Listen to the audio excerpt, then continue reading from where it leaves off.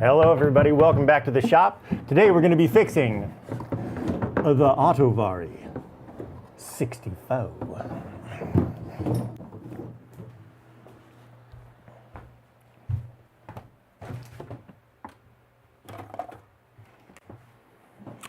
Brim full of Vasher on the 64.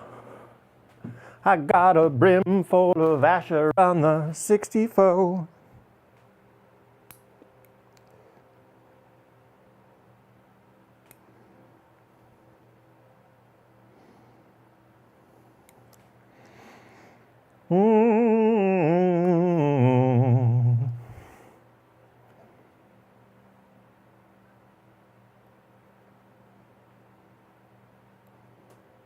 Sorry.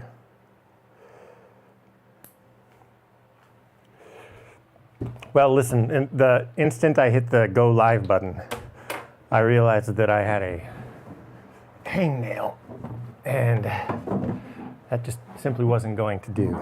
So, catastrophe averted. Hangnail is no longer an issue.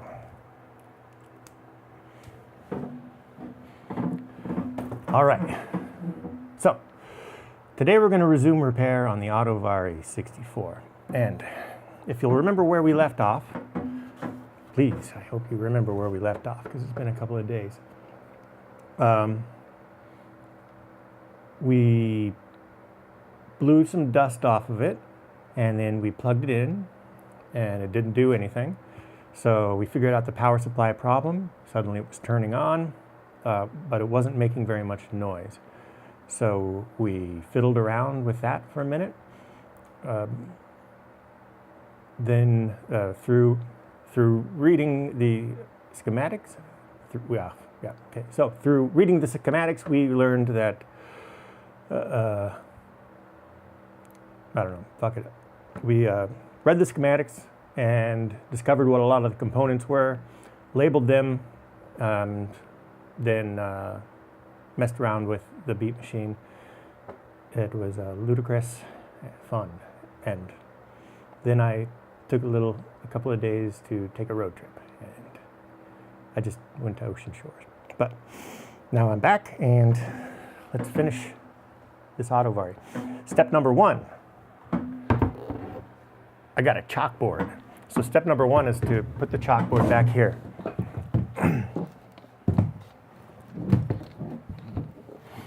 I don't know if I want to put it back here for good. There might be a better place for it.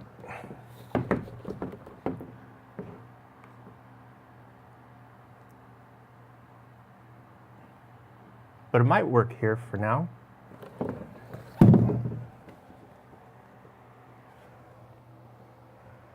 Oh, it just takes a couple of screws. Yeah, okay. Step number one is we're gonna get this chalkboard up on the wall, and then we're gonna work on the AUTO-VARI. So, marvel as I hang a chalkboard. Here we go.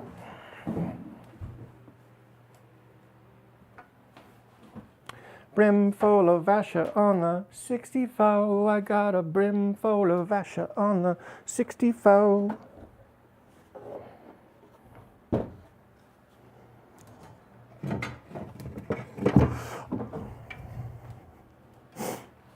Come on, come on, come on, come on, come on now, AUTO-VARI. Don't you know this AUTO-VARI thing? The AUTO-VARI every day.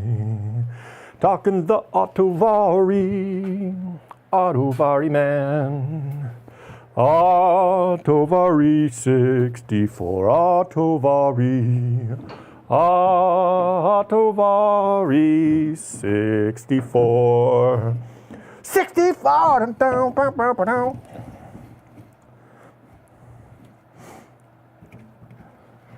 How's that?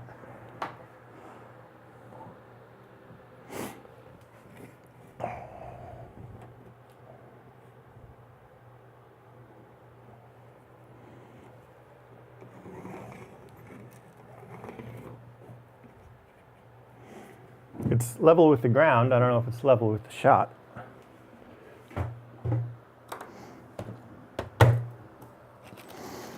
AUTO-VARI 64. Go home, go west, go back where you came from. Oh, why did I ever leave Ohio? A million kids just like you come to town every day with stars in their eyes. Not only is it a Phillips screw, it's like the world's shittiest Phillips screw.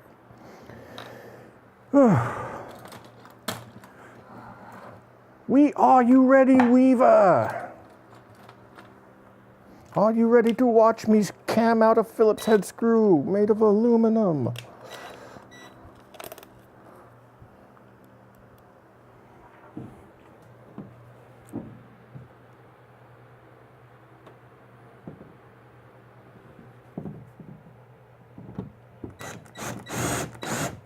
Whoa. I'm surprised and happy with that screw. It drilled right into this OSB like it was butter.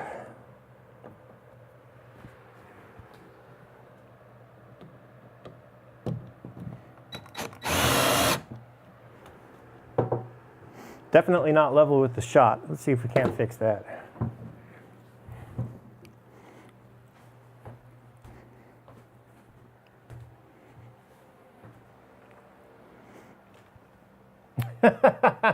I mean, the whole shop looks pretty ghetto anyway.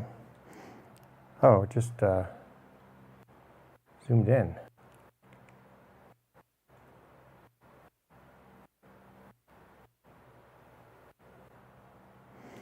Oh, it's magnified. Okay. Bloop. Unbelievable. Why is it doing that? Stop doing that. This is not a zoom lens.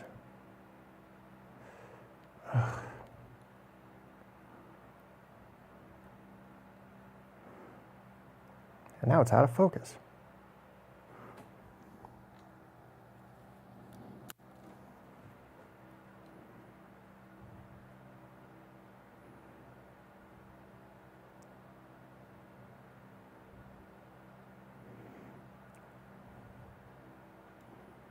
Oh.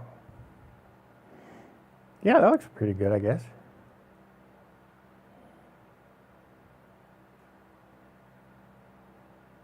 Yeah, let's get that oscilloscope in the shot.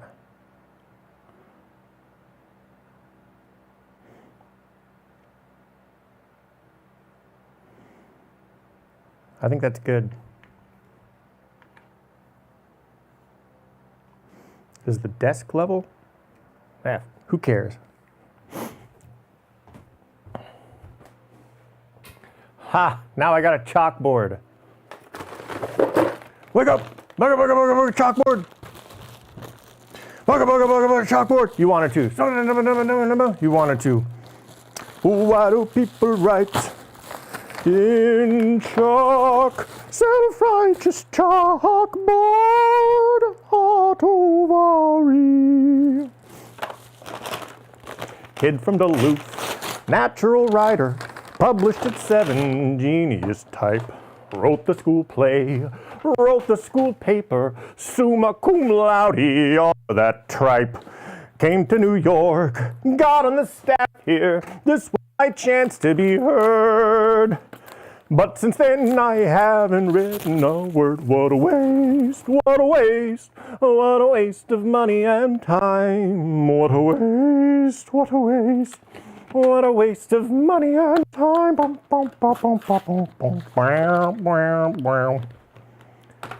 Go back where you came from.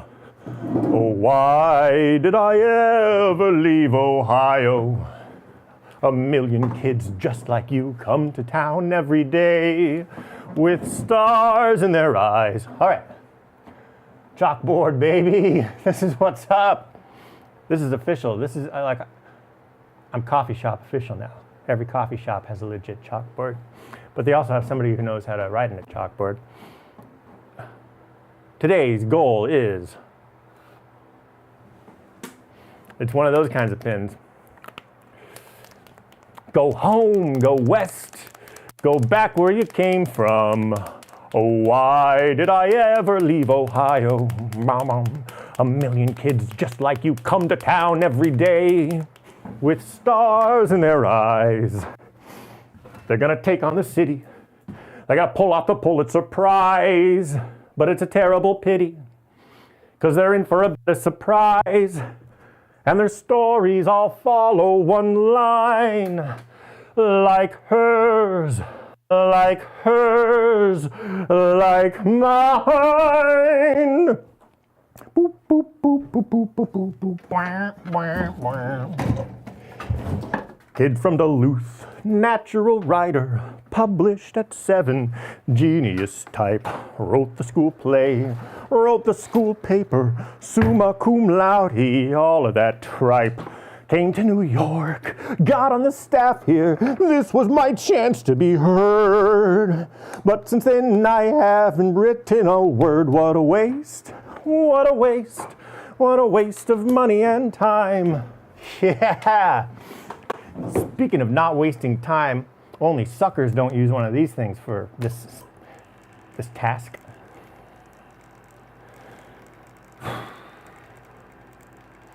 Good times. So yeah, I hope everybody had a good weekend. Did you work? Did you go to your job?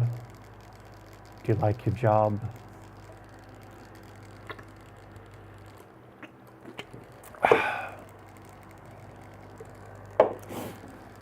Let's give it a shot.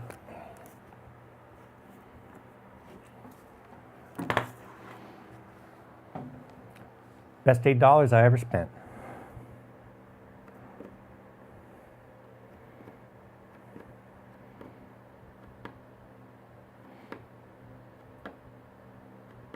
I say the same thing about donuts. It's working. All right, so today we're fixing the AUTO-VARI, and let's write a list of things we're going to do.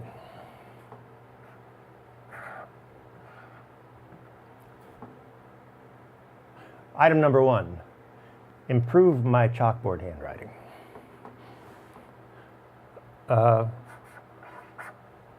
Remove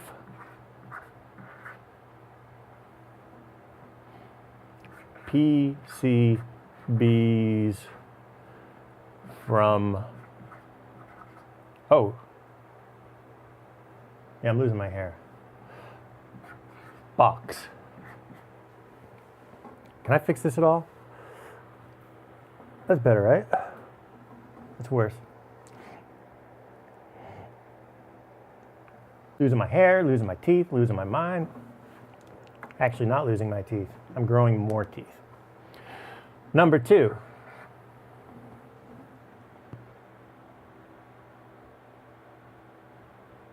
I don't know, what should the second task will be get these lights to work.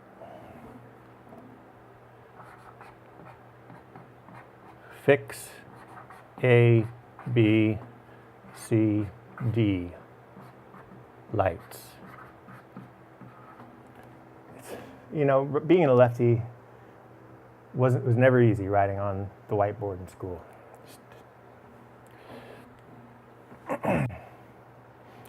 The normal way, like a right-handed person doesn't have to deal with this shit.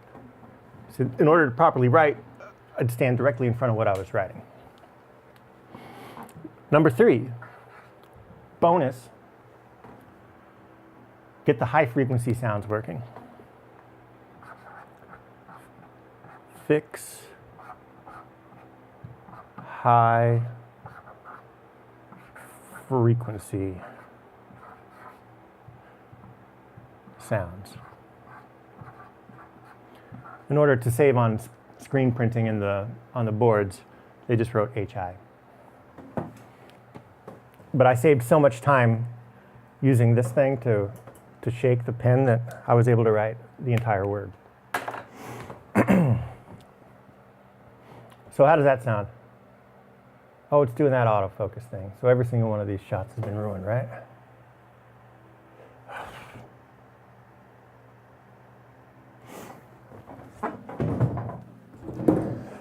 This is what happens when you don't have enough money to buy new gear. You just gotta You got to make do with the old stuff.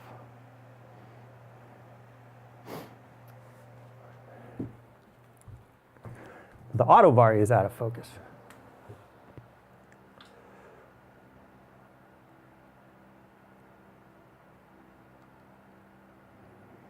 I want the AUTO-VARI to be in focus.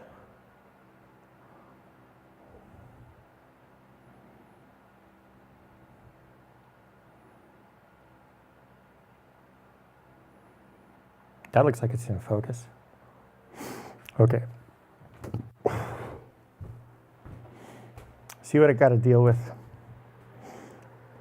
Woo, we're having fun.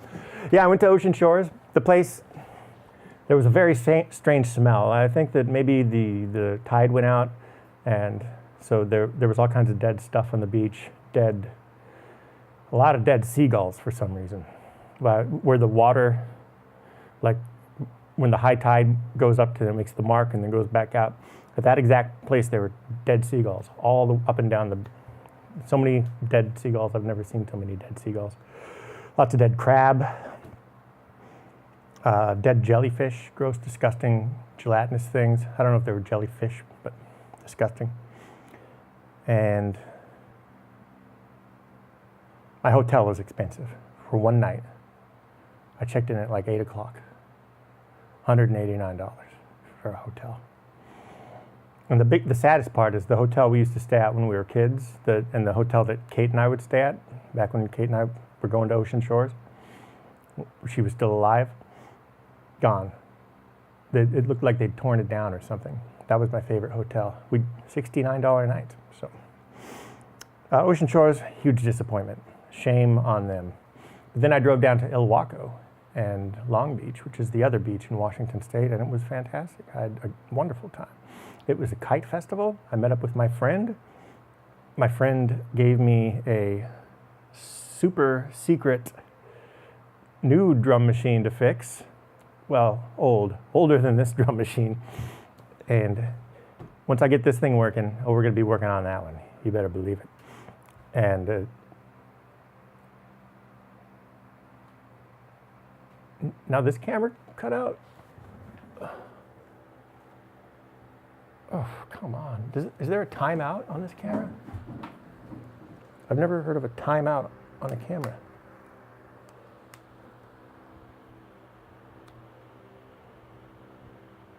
Oh, it just stopped. Now it's on.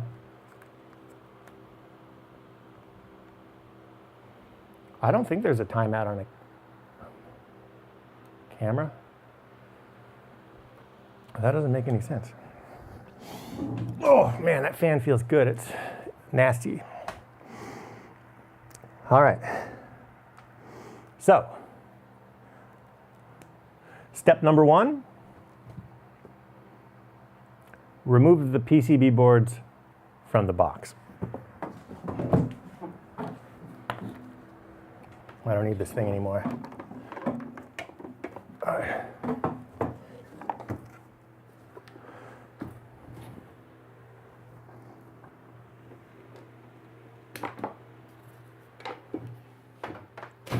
I'm just going to chuck it in the garbage.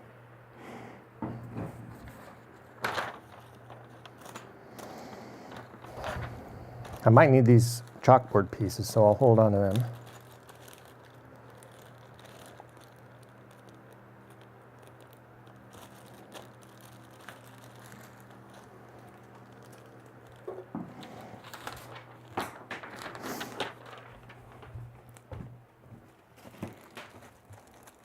All right, Vortex mixer, you're going in the trash. Thanks for nothing.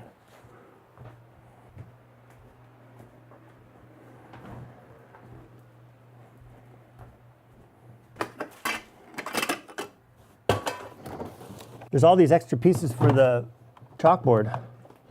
I don't know if they're like, just, they probably just threw them in there. They don't actually do anything.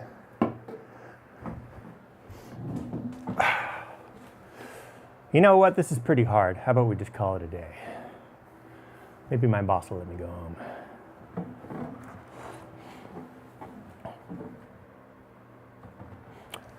I built this box.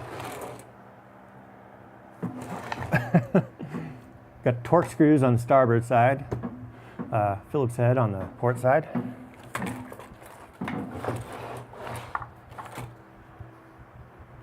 Boom, look at that. Oh, wrong one. Boom, look at that. Right one.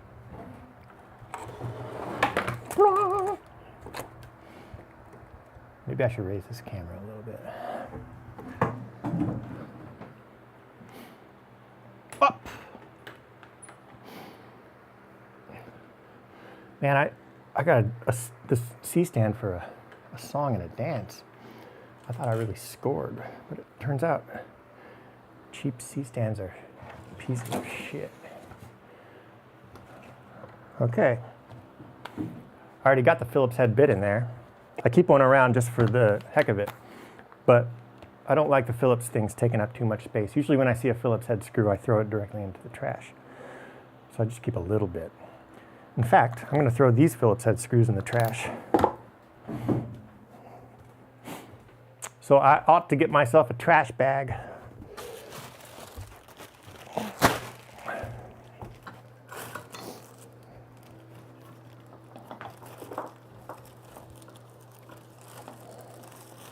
Yeah.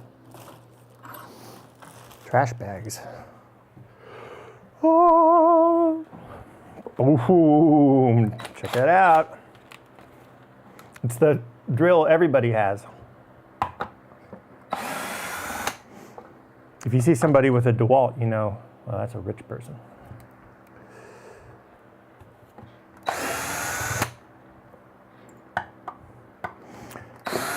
Don't worry, I don't think holding it on its side is going to hurt it any. Ah, yes, this was made from the original side of the, no, wait.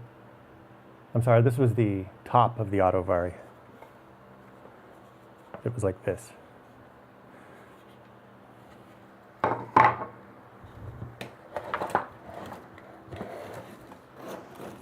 I feel kind of bad doing this. I mean, if the AUTO-VARI were a hermit crab, it'd be all like, why are you taking away my hermit crab shell? This is my home.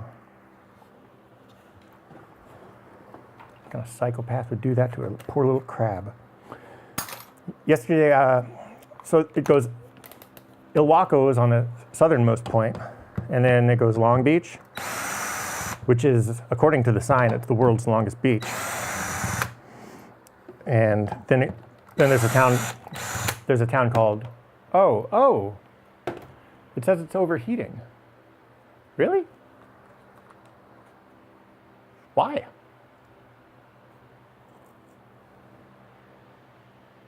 Why would that camera overheat? Oh my goodness. It's not really all that hot in here. It's not actually filming, it's just on.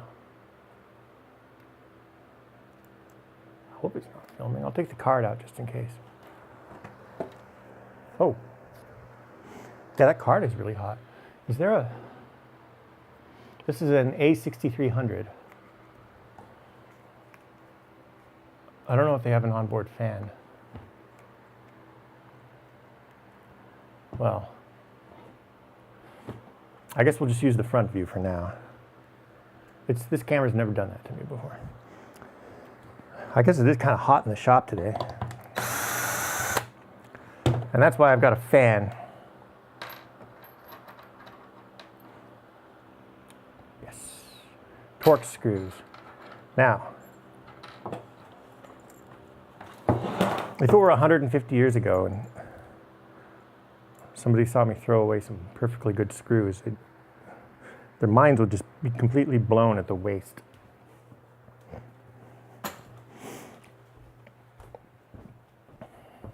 But I'm gonna do it. Actually, you know, maybe in 1850,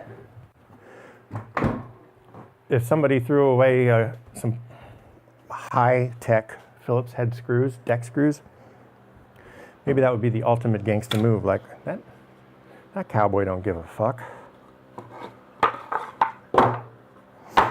But that's exactly the kind of waste upon which this country was formed. There will probably, waste not, want not, right? So there will probably be a day where I desperately need 4 Phillips head deck screws.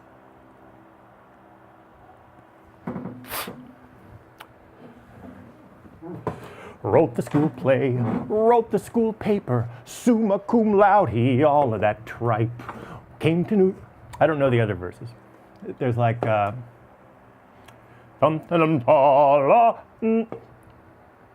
natural libretto, baritone type. Came to New York, auditioned for the opera, almost got his wish. And at the Fulton Market now he yells, fish! It's been a long ass time since I actually heard that song, so it was at the Fulton Market now he yells, fish, fish, fish!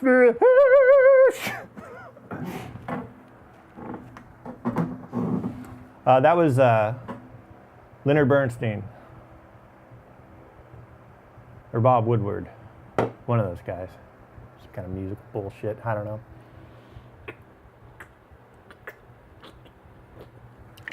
Oh, this stuff is trash. But keeps you going. Woof. That is filthy.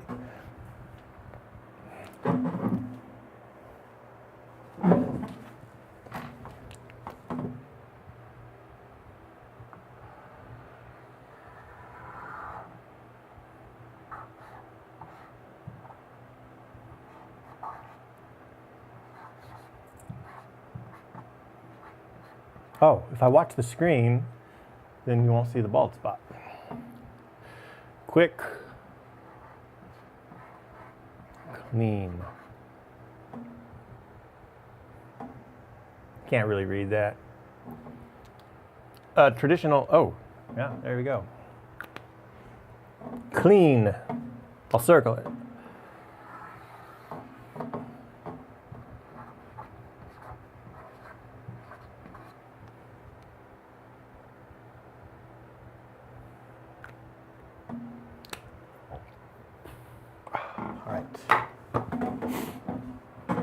Yeah, we'll give it a little clean, see if that helps.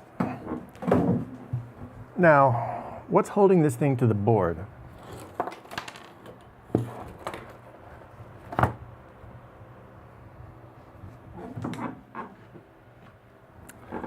Phillips head screws.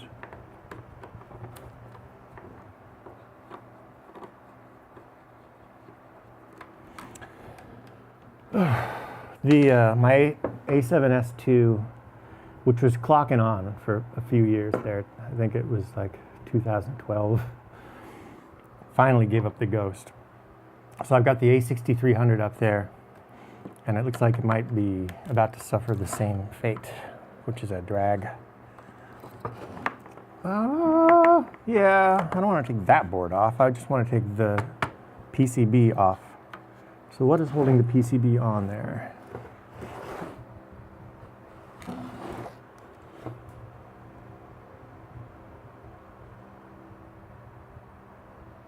Oh, perhaps it's this.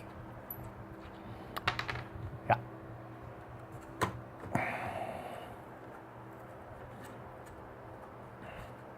What a brilliant solution, Alex. Also held on with deck screws. It's beautiful in its simplicity. An elegant design looks hardly like a design at all.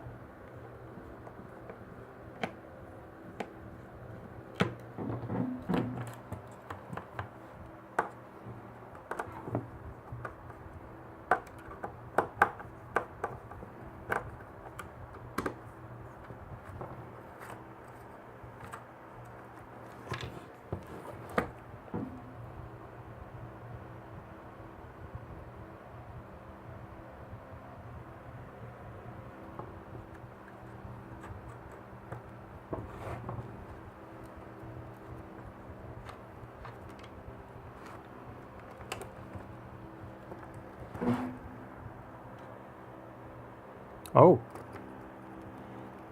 15 different kinds of screws. Oh, maybe the banjo thing will get rid of these. Nope, nope. Speaking of, nope. I went to something called something Free Museum.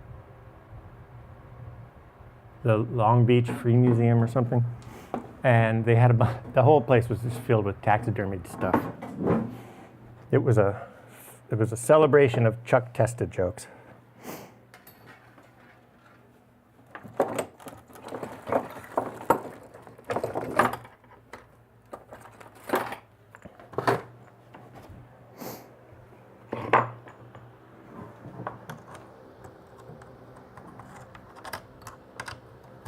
Damn, this one's too big. This is the smallest one I have.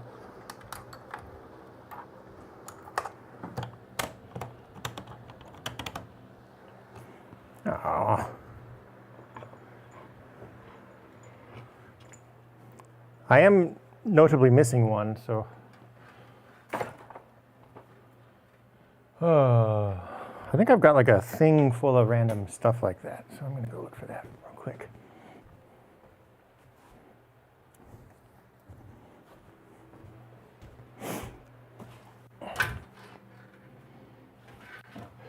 Where would I put something like that?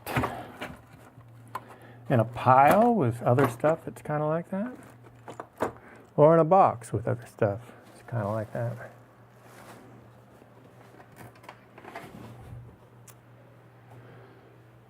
Box for the merchandise, box for the random stuff, box for the pickings and the blickings and the dance.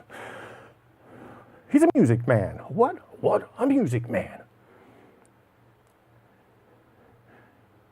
He sells stuff to the kids and a boys band.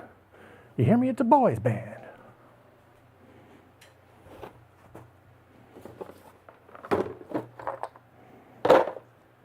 Except when we did it, we didn't do the boys band thing. We did a kids band. That way we could have not just boys. Gets a little bit weird when it's just a bunch of little boys.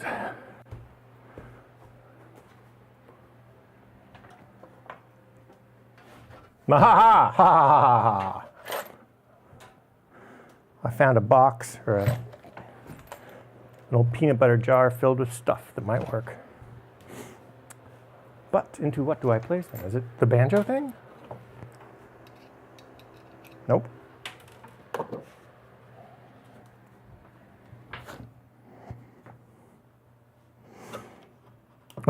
Watch.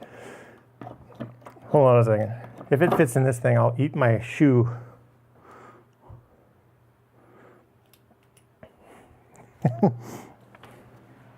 The Yankee screwdriver. I thought, oh man, this is going to be brilliant. I'm going to use this thing on everything. But, see, it does this. But it fucking sucks. It's a brilliant idea, but practically useless. And no, this doesn't fit in there because nothing fits in here. For a tool made in like 1911, it, for some reason, decided to use proprietary bits. So something that was useless became even more useless.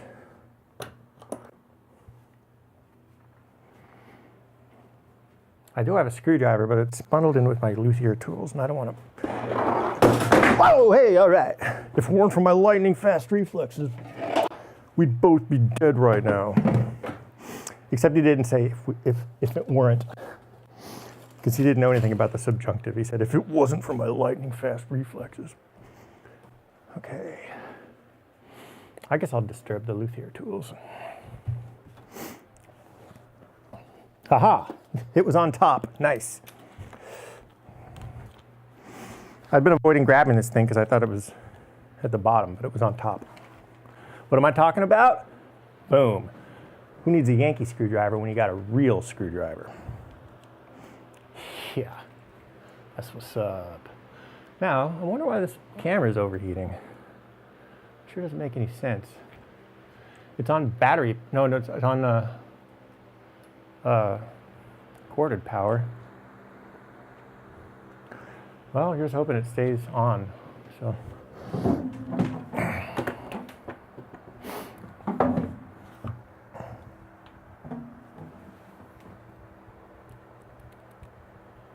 Oh, somebody was actually watching Thank you.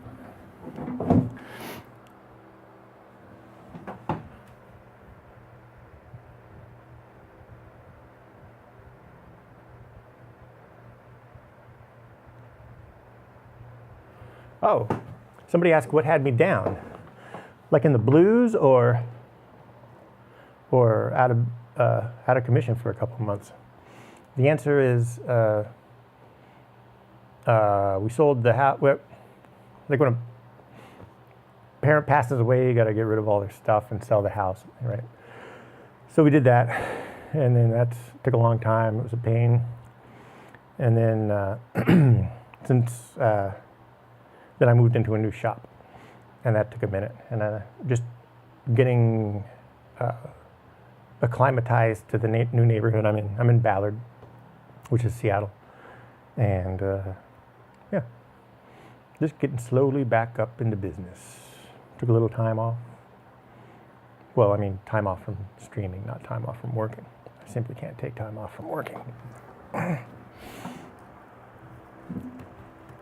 And that's it. That's what had me down, both in the blues and had the stream down.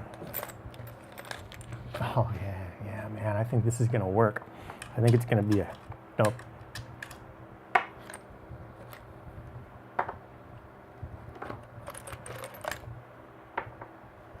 Oh, I feel like that's it. That's the winner. That one is the winner.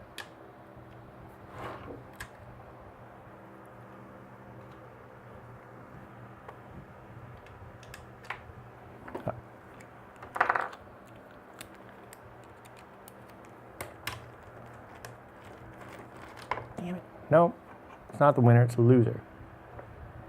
Okay, so I think I need one that actually fits this, which means this. Just the empty screwdriver worked. Perfect. That's probably how I got it in there in the first place. I've had this screwdriver for a while. Since 2015, 16?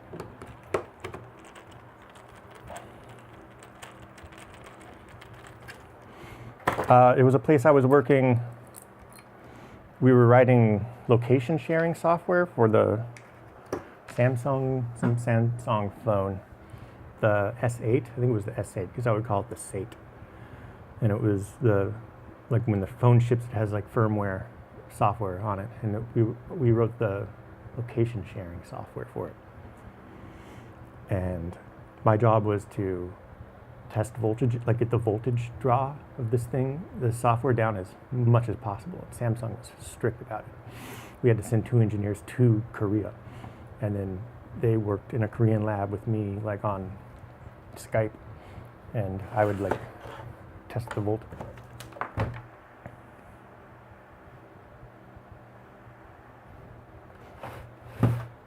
Test the voltages to get it down.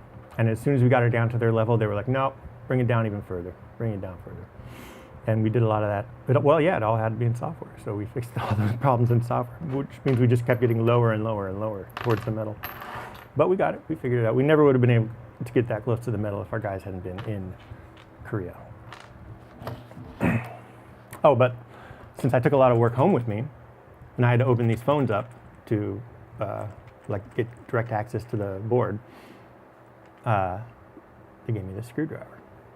They might have wanted it back, but nobody else in that, they were all software people. None of them knew how to do anything with oscilloscopes. So.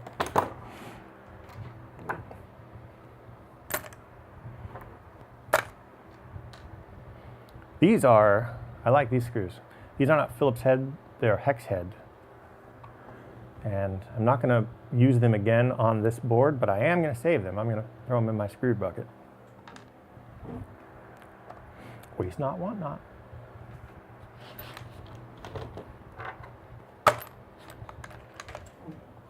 My dad saved everything. He saved everything.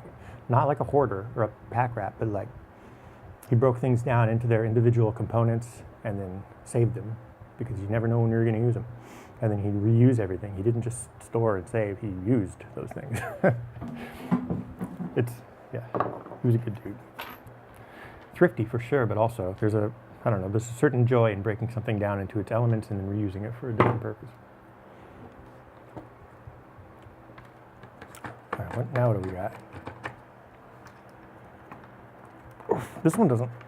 These are just a dowel. It's like a 5/8 dowel. 1/4 inch dowel. Now the calipers are over there. I don't want to. Whew. I suppose I could just, it's wood, I could just break it off.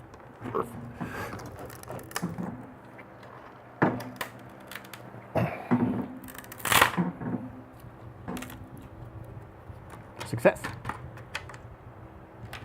I'm not going to save the dowels. I can just make more dowels. But when I put it back together, I'm not going to use dowels. That was, like I've said before, the reason it is like this is because I just had to use it like that night or the next day at a show or something. And so I did this, you know, with the dowels and stuff. Another one here, another one here, another one here, another one here.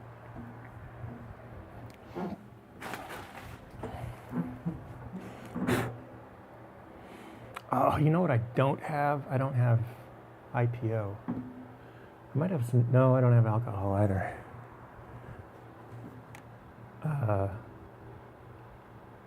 You know how when you move spaces, things like shampoo and anything like a squeeze bottle, you just, unless you're taking it directly from the old space to the new space, there's something in the back of your head which is thinking, oh, this is definitely gonna spill all over the place. It happens 90% of the time.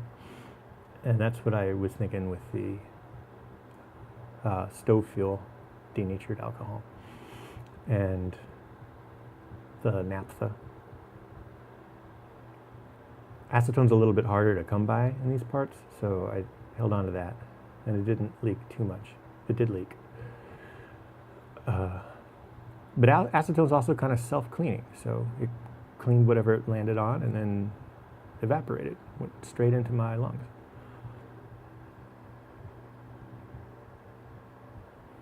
Maybe I've got like those things. That might have stove fuel on it. Stove fuel is denatured alcohol. It's not IPO, but it's alcohol.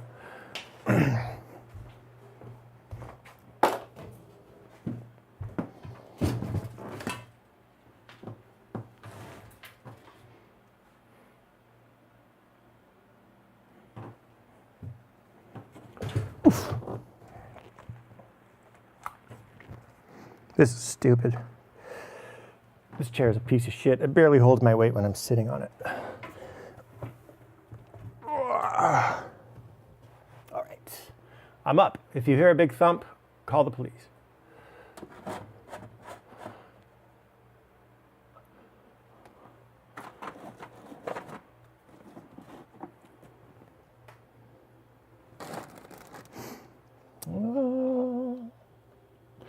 Here's some squirt bottles. Oh, man.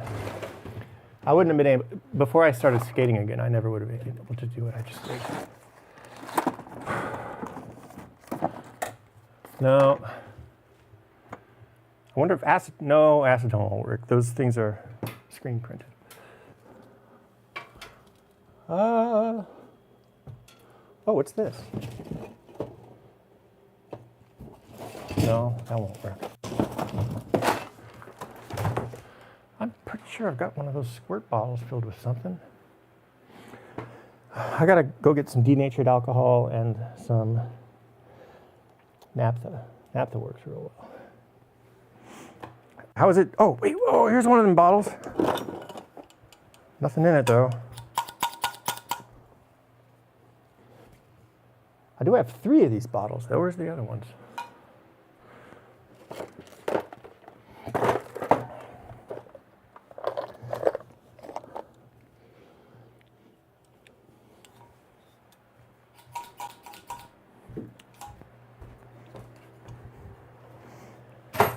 Wonderful bottles.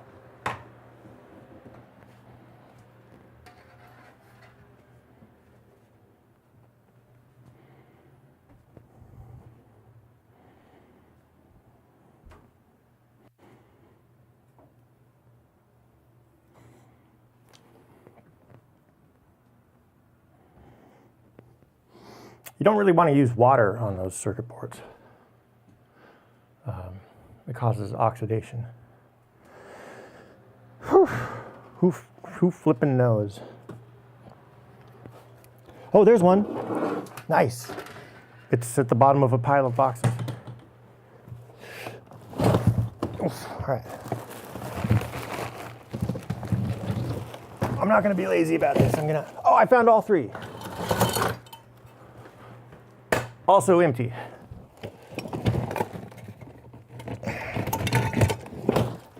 Damn it. They're all empty.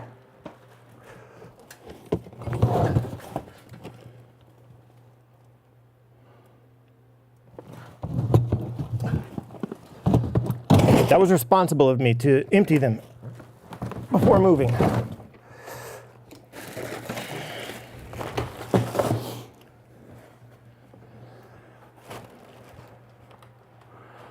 Whew.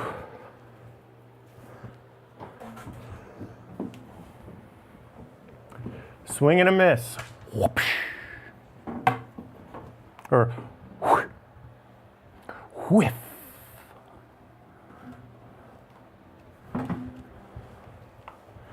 This one has no label, so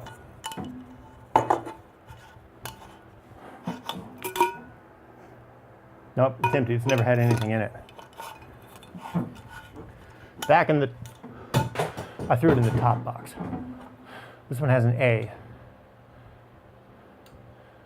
meaning acetone, and I knew when I wrote that A on this bottle that I knew for certain the acetone was going to make that A disappear, but to my surprise, all these years later, the A remains. Oh, yeah, there's a little bit in the bottom.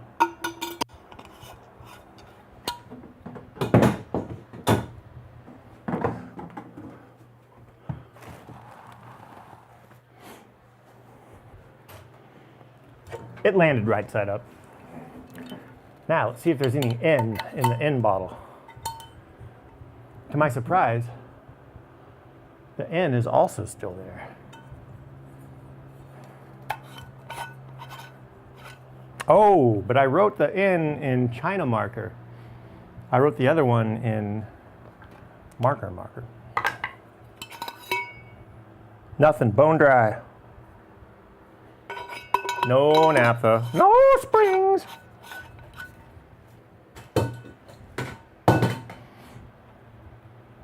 Don't worry, it landed up.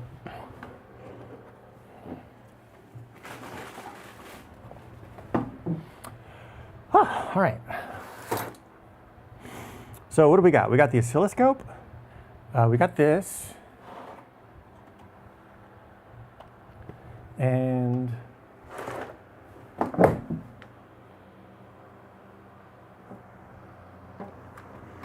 I'll try to bring this camera forward a little bit.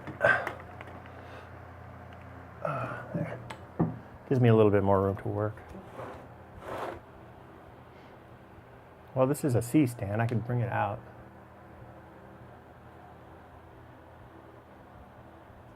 Ideally, it would be right here.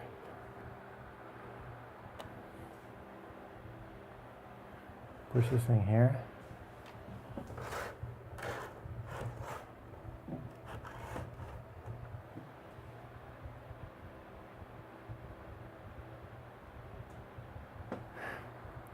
Let's see if we can get that to work.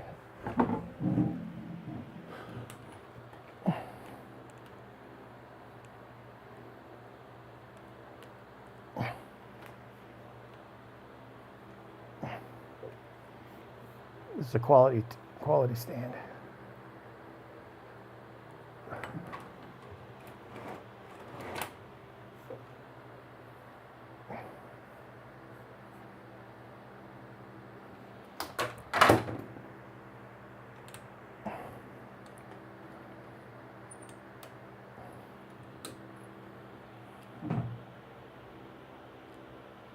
They just don't make them like they make them in China, huh?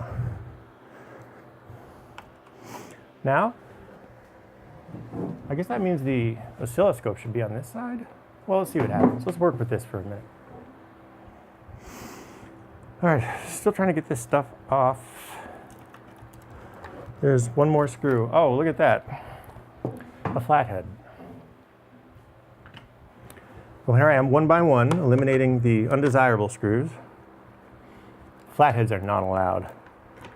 When I see a flathead, unless it's a really special brass flathead or something, like an ornamental, then it goes in the trash, along with the Phillipses, and especially the Robertsons.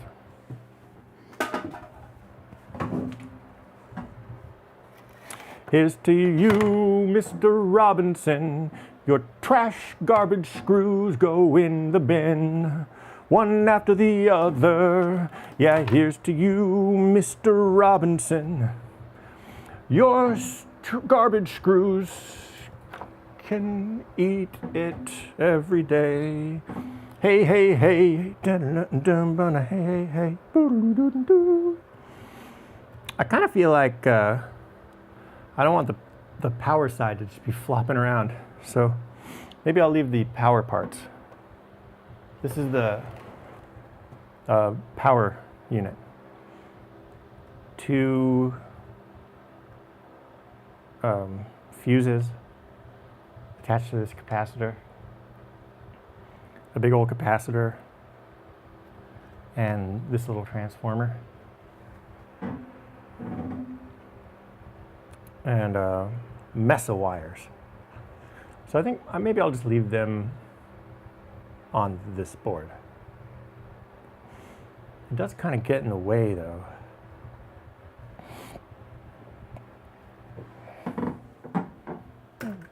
I'll think about it. I'm not going to move on this right now, but maybe I will think about it. I'll think about it. If it keeps getting in the way, then I'll do something about it. All right, we've got a pile of crap here. And of course, there's this. We don't want to lose this.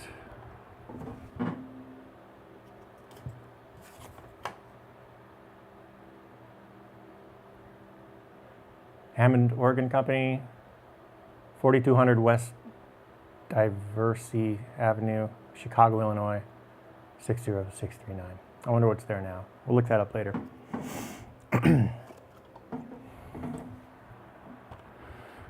Although I've got a little bit of a surprise. I was having a very hard time finding any information on the engineers who designed this thing. And so I took a stab in the dark and I looked to see if there were any help from other engineers, right? And at that time in the world, who else would have made it, right? There was Germany, the United Kingdom, and Japan. Germany had nothing to do with it, neither did the UK. Lo and behold, Japan played a major part in this.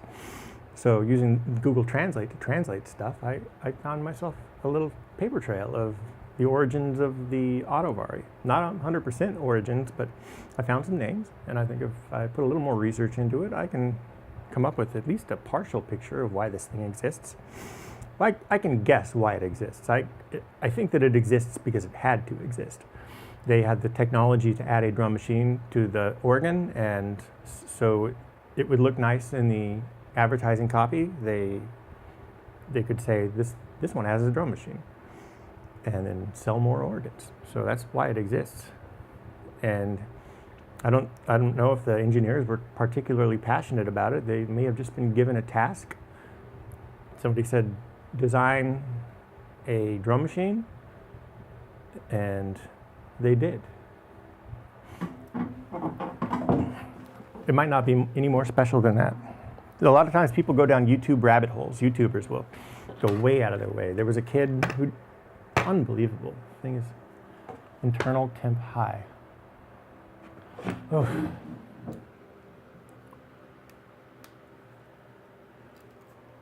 Well, that's just annoying. Is it? I've got a like an automatic lens on it. So maybe if I mean, that might be adding to the processor power. So I could throw this on there. I think this is the equivalent of a 58 millimeter. I'll try this. I'll try a manual lens. I've never had any problems with it overheating before, especially inside. There's an air conditioner.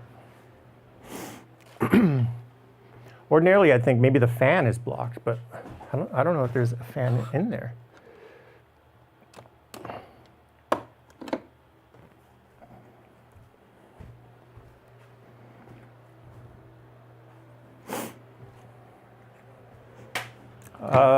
This one is 28 through 70, and this one is 24, so that would be really close.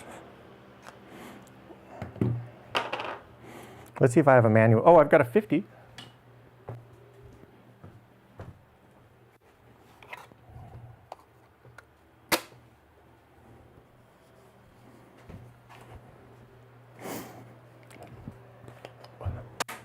This is my OG favorite lens. It's got the bromide or whatever. Is that what it is? No, thorium. Thorium lens. Someone thought that was a good idea.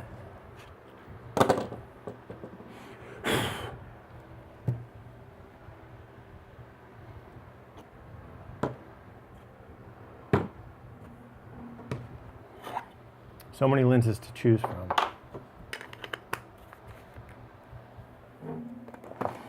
I guess I could switch out for the 50, for this thing, and the 24. Very professional.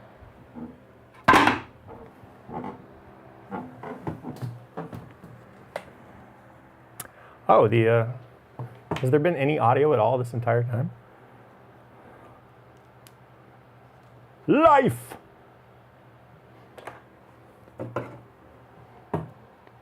Oh, removing the SD card did nothing. Didn't help one bit.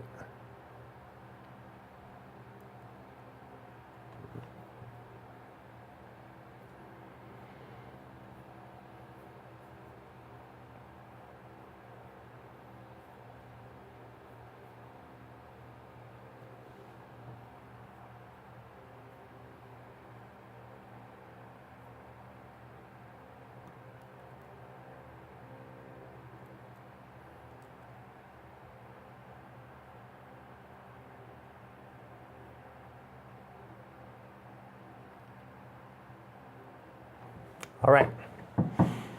You know, when I finally edit this down, it'll be great.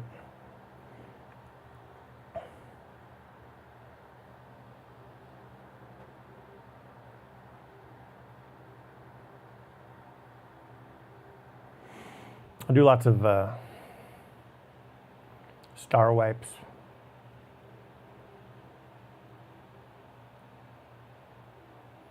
Put some of that stupid Discovery Channel, Learning Channel music in the background.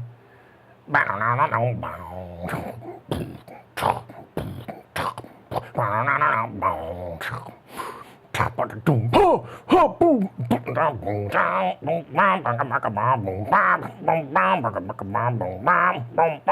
we're real men.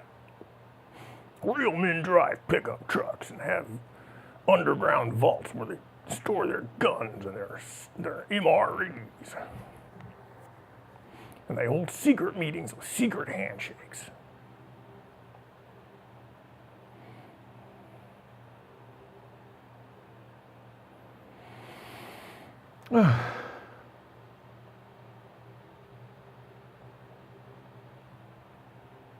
Who is this shot? This is like one of those shots on Club Random.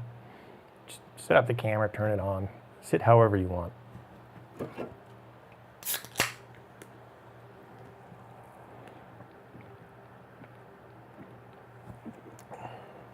Oh, I ate so much on that little road trip. I treated it like a vacation.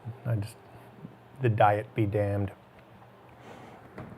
Oh, so my buddy, he's an oyster farmer. Comes from oyster lineage. Look at this, the family business. And so he knows the place to get the best oysters in town. So we went to this one place, really busy restaurant. Had kind of a steampunk vibe, I guess. And oh man, the oysters were fantastic. They were fucking huge. They were massive. So good. If you like oysters, I'll tell you what. Take yourself a trip down to Oysterville. When in Oysterville, eat oysters.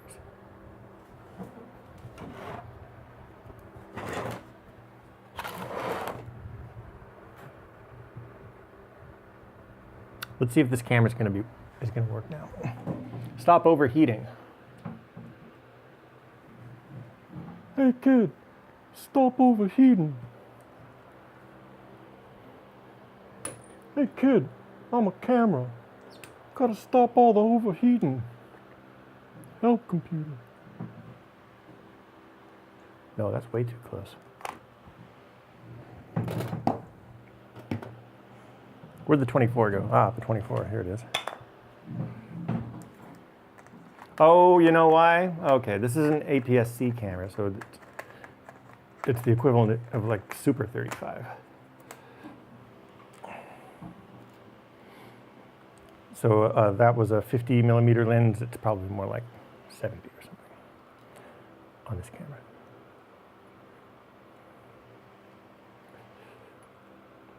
There.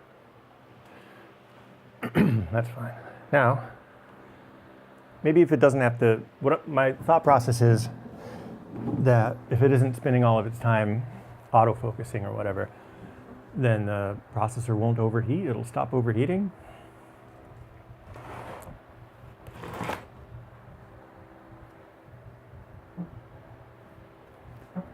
Where is that light coming from? Oh, it might be coming from outside.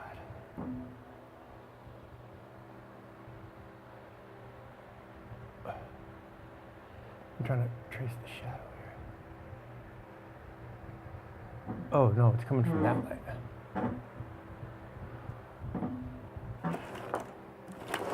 Well, if I bring it in here, there, it's not as bad. Okay. So we got a bunch of crap on the desk now. Let's see if we can't make some sense of it. I'm going to unplug that. Unplug this. Stick that over there. Oh, let's see how many things we can remove before it stops working. How about that?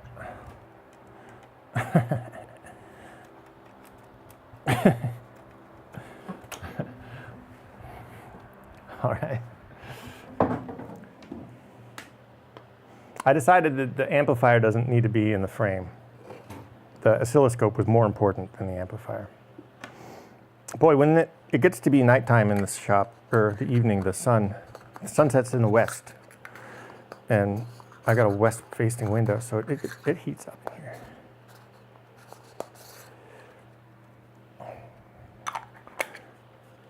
Put some of these newfangled lens caps on the lenses.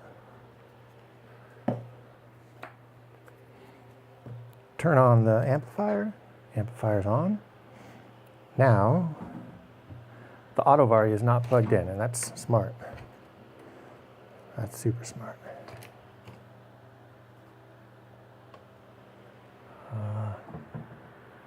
Cut.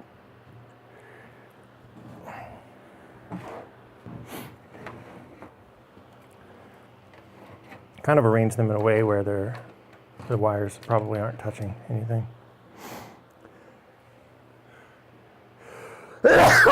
Dang.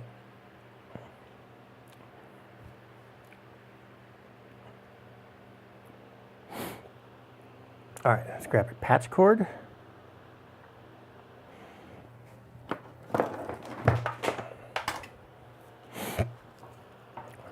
It's the dust, man, I'm telling you.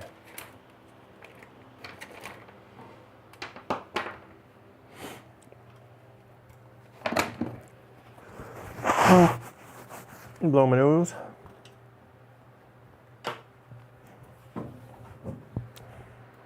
Oh, I dig rock and roll music. I can really get it on in that scene. I think I can say something if you know what I mean. And when the Beatles tell you they've got something they would love to sell you, you really know what they mean. I dig the mamas and the papas and the beat Sunset Strip in L.A. I don't know. It's been even longer since I've heard that song than the last song. Go home, go west, go back where you came from. Oh, why did you ever leave Ohio? A million kids just like you come to town every day with stars in their eyes. They're gonna take on the city. That's not a total surprise, but it's a terrible pity, 'cause they're in for a bit of surprise. And their stories all follow one line. Like hers, like hers, like mine.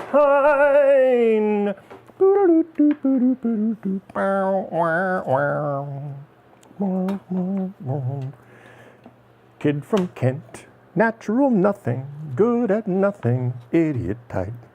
Moved to the city, got addicted to heroin. Sleeping in dumpsters, typical like.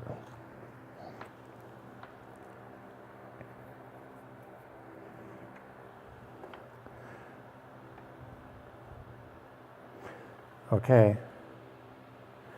All right, let's plug in the AUTO-VARI. It doesn't look like anything is touching.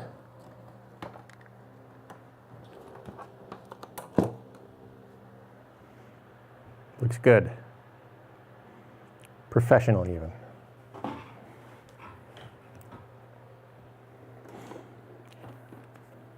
There are 2 fuses, so maybe I should socket the fuses. Oh, it's going. It's going. The lights are blinking. Let's, oh, I should have plugged in the audio.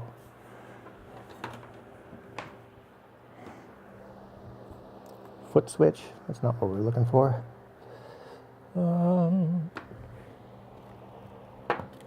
Output.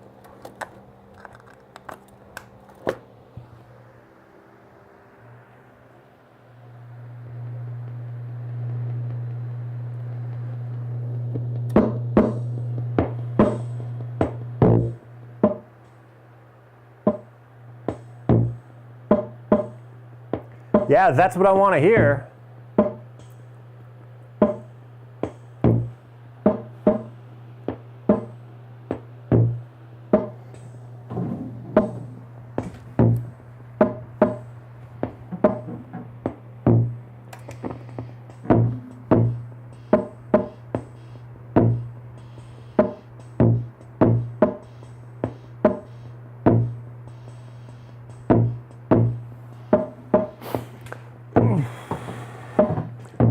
I think this thing is going to be a huge hit.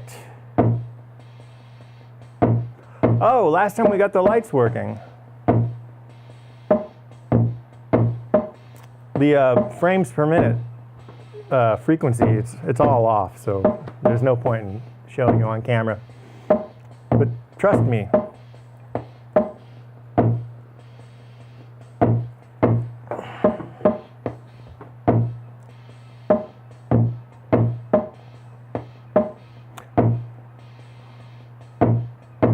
Kid from New York, natural writer, published at 7, genius type. Wrote the school play, wrote the school paper, summa cum laude, all of that tripe. From New York, got on the staff here, this was my chance to be heard.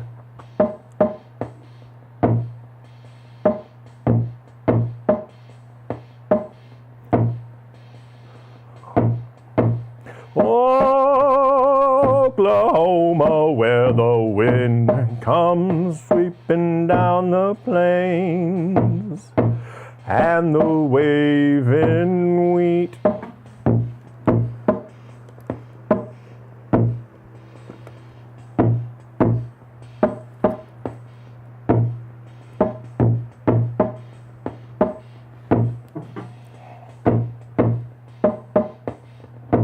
Oklahoma, where's the downbeat?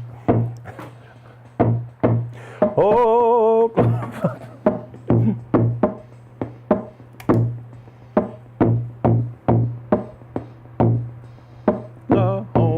where the wind comes sweeping down the plain, and the waving wheat can sure smell sweet as the wind comes right behind the rain. Oh, every night my honey lamb and I sit alone and talk and watch the hawk making lazy circles in the sky. You know we belong to the land, and the land we belong to is grand. And when you say yippee-ki-yay,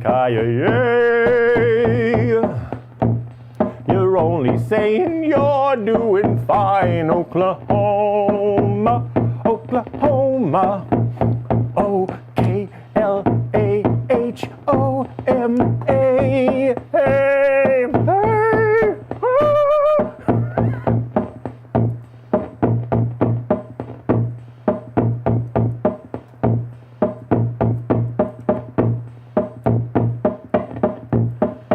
There we go.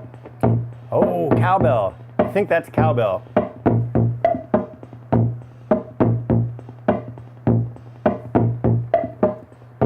There's cowbells in Oklahoma. Chicks and ducks and geese better scurry when I take you out in Missouri. When I take you out in Missouri with the fringe on top. Watch that fringe and see how it flutters. Something, something, blah, blah, blah, blah.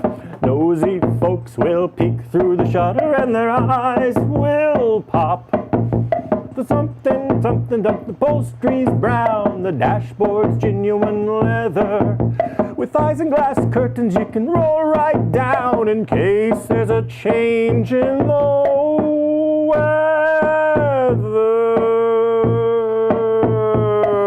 Dicks and Buckton, neat Marguerite.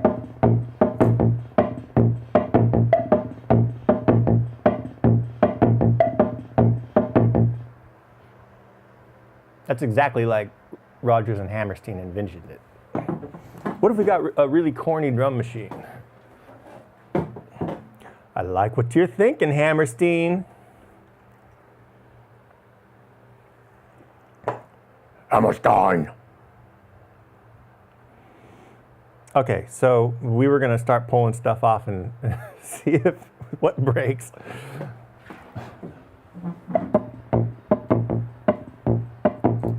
We're going to start with the AUTO-VARI board. Look, it's just slowing down on its own. That's the beauty of analog stuff. It heats up and it just stops. All right, unplugging this.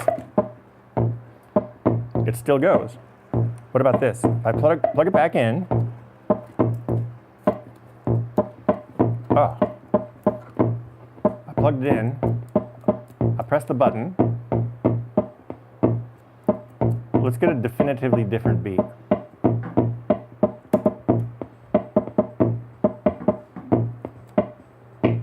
That's A.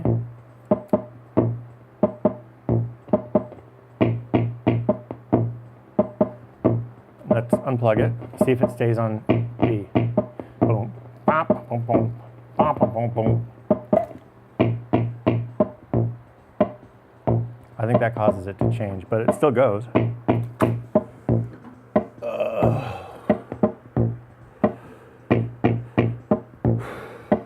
This thing is stupid. All right, I gotta put alcohol and naphtha on the list.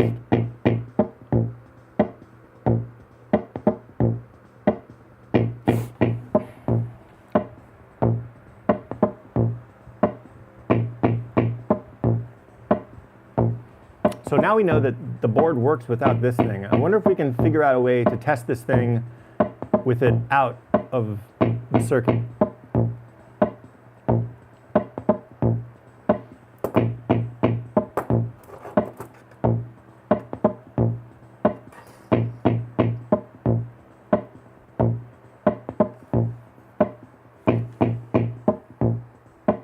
I'll check for shorts. I can check for shorts with it out of the circuit. Because I mean, it still works without the board in it. So if there were a short, I wouldn't necessarily know. I wish I had a little, like a variac, not a variac, like a DC voltage thing that I could test stuff with. I could whip one up.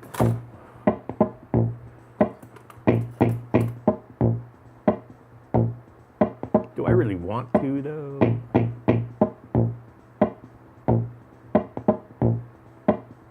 I must have something that like produces 5 volts. Oh, Raspberry Pi produces 5 volts. All you gotta do is plug that thing in.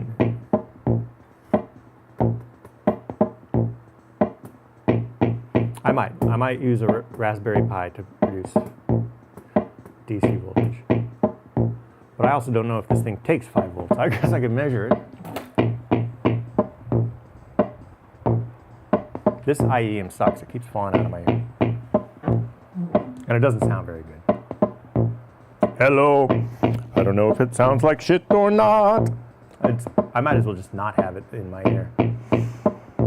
Set it and forget it. I wish. At the end of every day, I have to undo all of this stuff. It takes me 2 hours to put it back together. There just isn't enough room. It's not just a... It's mostly a wood shop.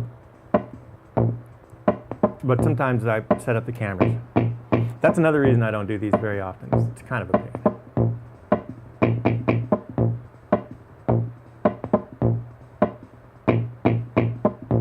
Oh, okay, so I thought the reason that it wasn't doing the high frequency noises was because of this thing, but you pull this out of the circuit, nothing changes. It still doesn't make those noises. So they got to it could be just loose wire. No possible way. It's just a corroded thing. Because at least I cleaned these before. Oh, you know what I've got? Deoxit.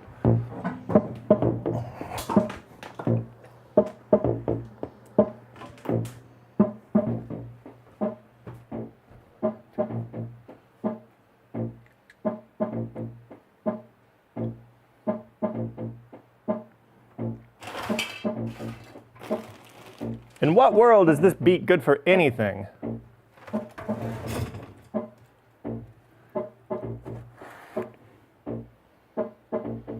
It's new. It's inventive.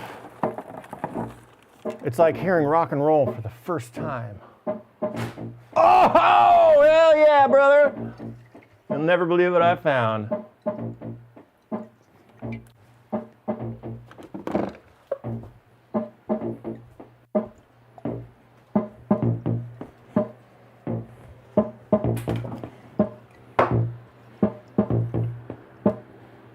The good stuff.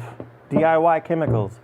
Does that mean the people that make it are a DIY operation, or they just sell to DIY people? Where's the bottle with the N on it?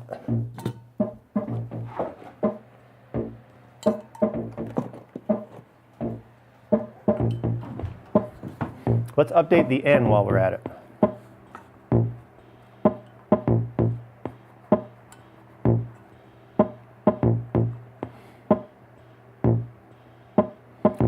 I'm just going to pop a quick H on it.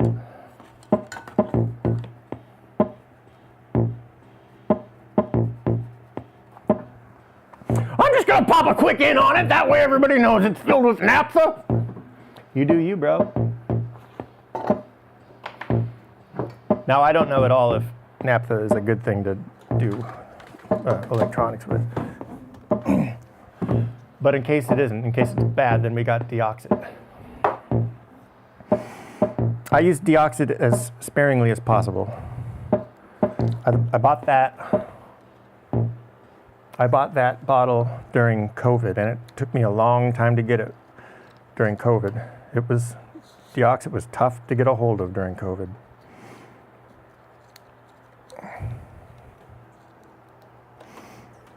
And in the back of my head, I just think, I gotta conserve my deoxit. But there's absolutely zero part of me that thinks that I need to conserve Phillips head screws. All right, ba-bum, ba-bum, and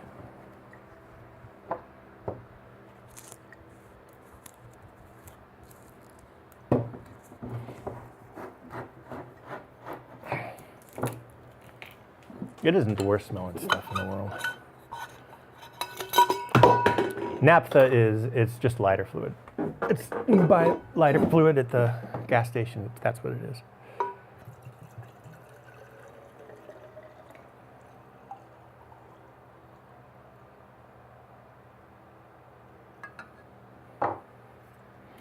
I must have thought this bottle was safe to transport.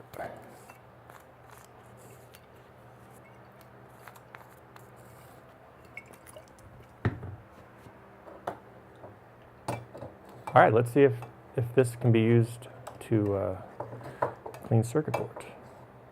Naphtha is also sort of self-cleaning. It's a little oilier than acetone, and way oilier than.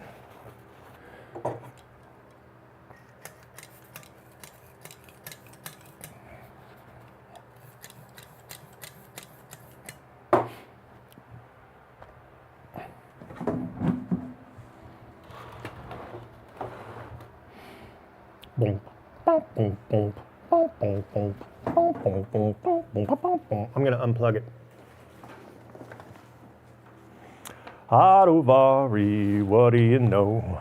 AUTO-VARI, here I go. AUTO-VARI, everybody loves the cat.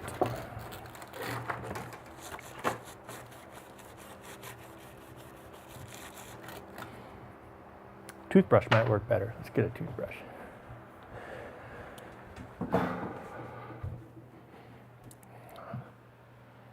I got one around here somewhere.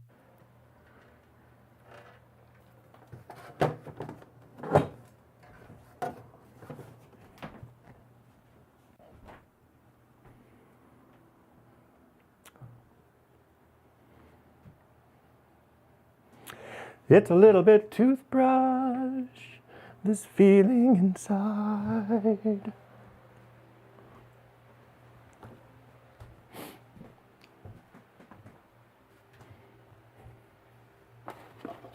Aha, there it is. That was no problem to find that.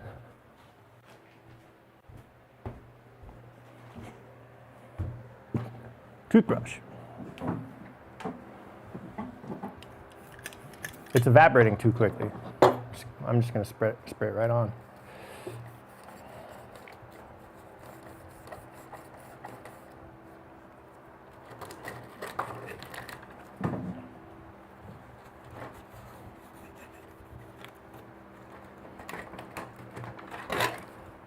Naphtha seems to work.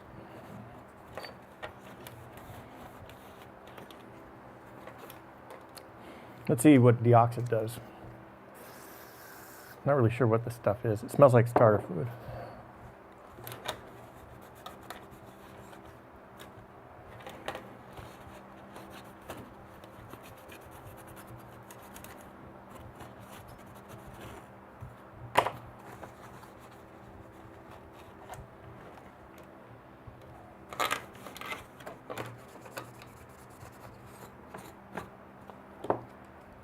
Oh, it really is almost out. I'm going to try and conserve the deoxit. I know I'm a massive hypocrite.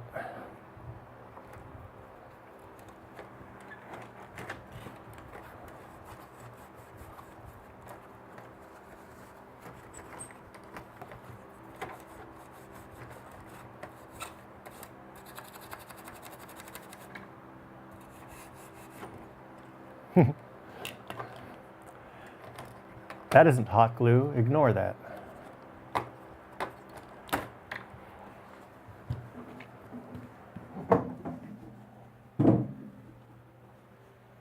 Ah, this stuff is disgusting. I'm going to wear gloves.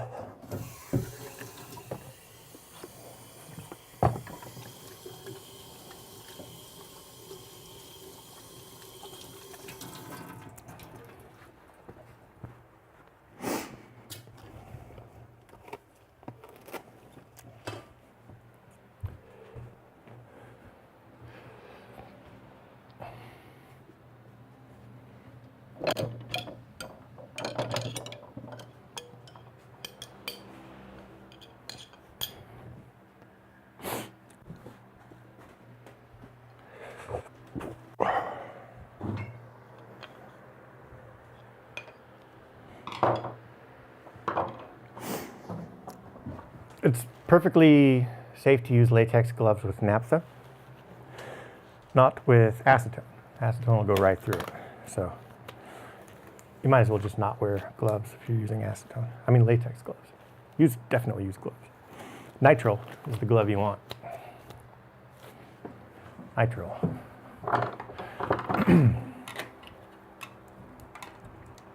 Okay, the camera has not overheated. That's good.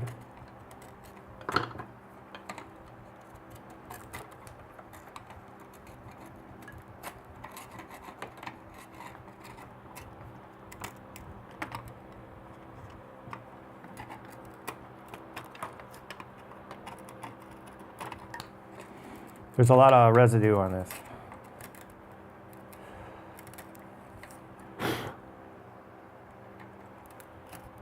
There's some resistors here. They're just totally caked in this stuff.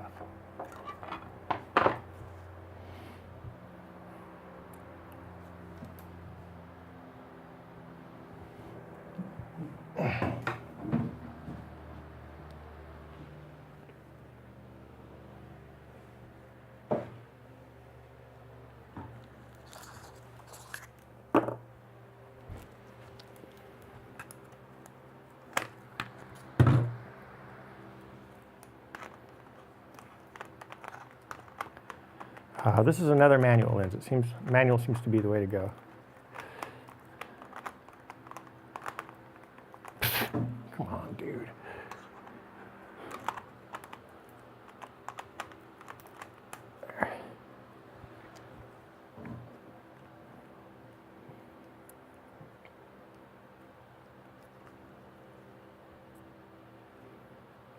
I bet I could get even closer with that Russian lens.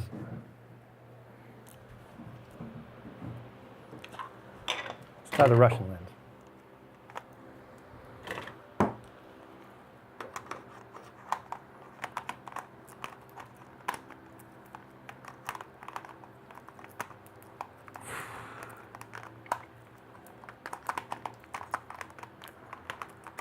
Unbelievable.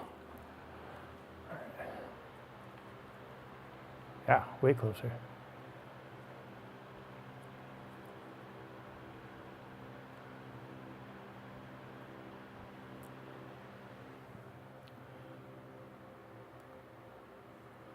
It even looks like it's in focus.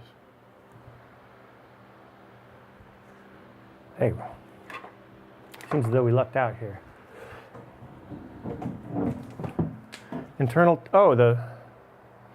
everything is too hot. My little monitor is too hot. Oh, the camera, got it.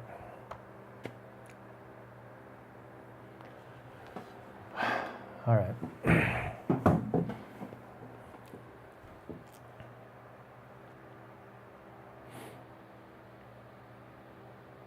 I suppose we could do some research here. I've already got the gloves on. I'm not taking them off.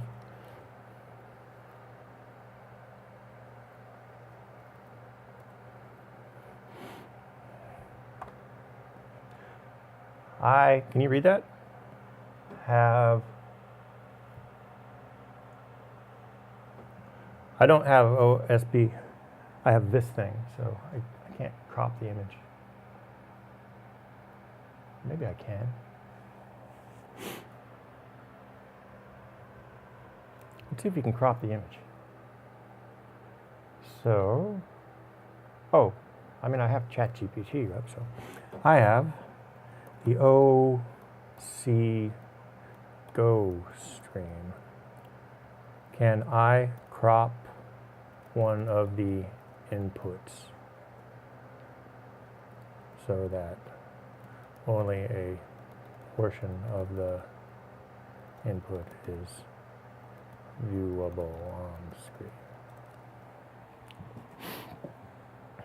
Yes, if you have the OC, whatever, you can crop the input so only is selected. Nice. There are a couple of ways to do it. GoStream's pip, key, or mask can crop the edges of a source. The mask has 4 controls. If you're using a 4K source, I have the deck.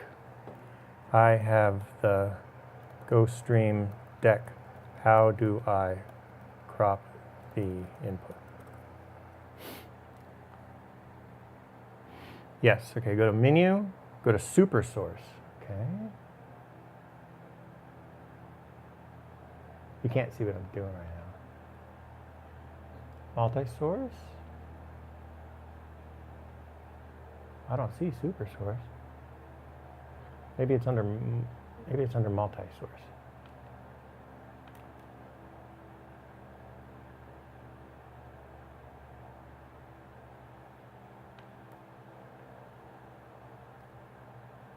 Oh, I did find something like that. So, no, I don't think that's it. I don't think that's the right thing.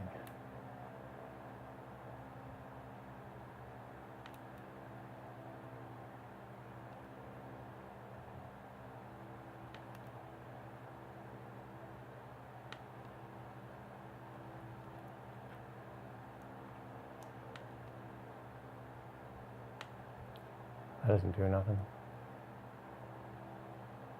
Okay. Oh. So at least you can see my face. This is compelling television.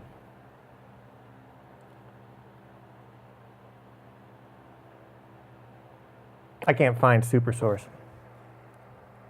Cut back to this. Where is super source located?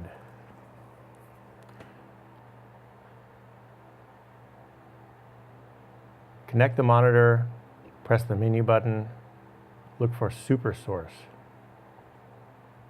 I looked for it.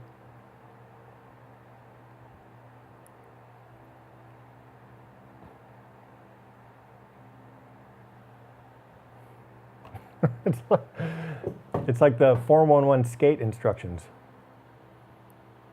How to do a stale fish. Drop in from vert. Perform a flawless stale fish. Right away clean.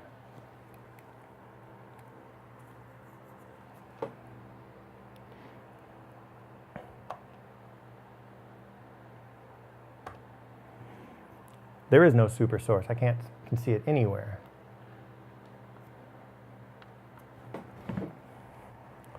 What menu is super source located under? Yeah, it can distinguish typos.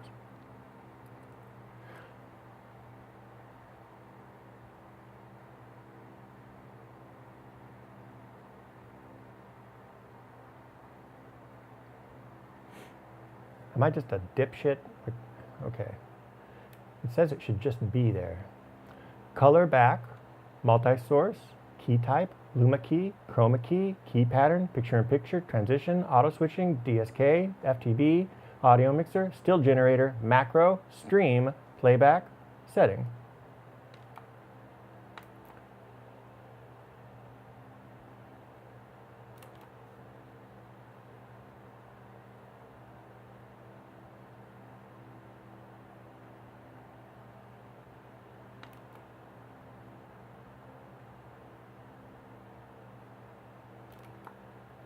I'm just going to go menu by menu.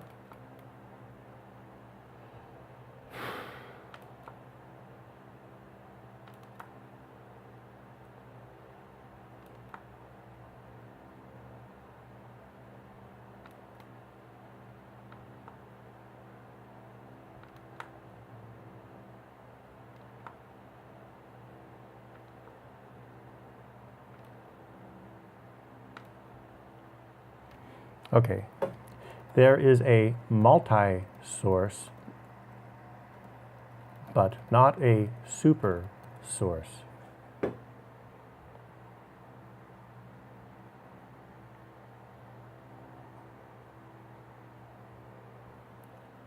Oh, you fucking unbelievable. All right, so go to menu, multi-source, mask enable, on, okay? Got it. It is now enabled. H, start. Crop from left, whatever.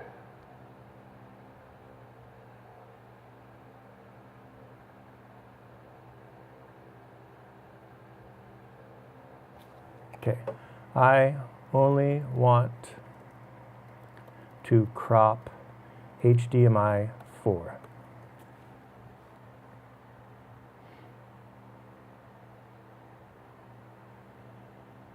Something tells me it's not going to get this right. Go to menu, set source to in 4. All right. Oh, this is a push-pull potentiometer, and it doesn't exactly work very well. Now it isn't working at all. Oh, I was turning the wrong one. Oops. Hold on. Okay, shit. Exit. I turn the volume down, and I turn the volume down, but it seems to be working still. Okay. So go to multi-source, enable, go to source input 4.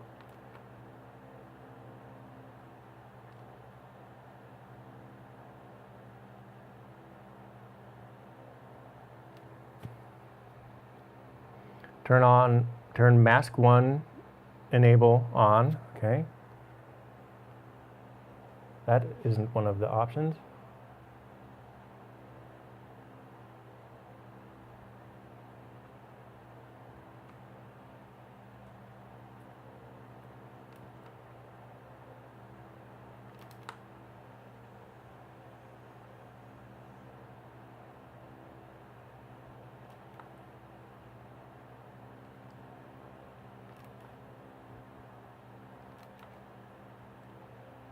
Ain't doing shit.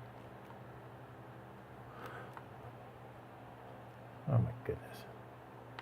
ChatGPT, you're totally full of shit. This is unbelievable. It's so cocky. It's like one of your fucking friends who doesn't have a clue what they're talking about, and they speak as though they're experts.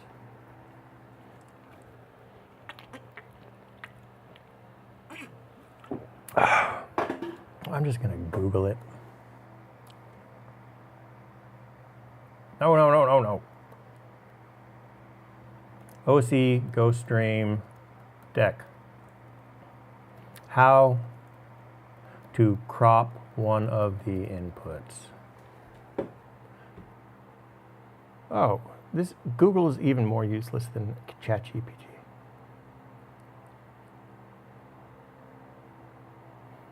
All right. Reddit usually, I hate Reddit, but let's see if it's the hero of the day.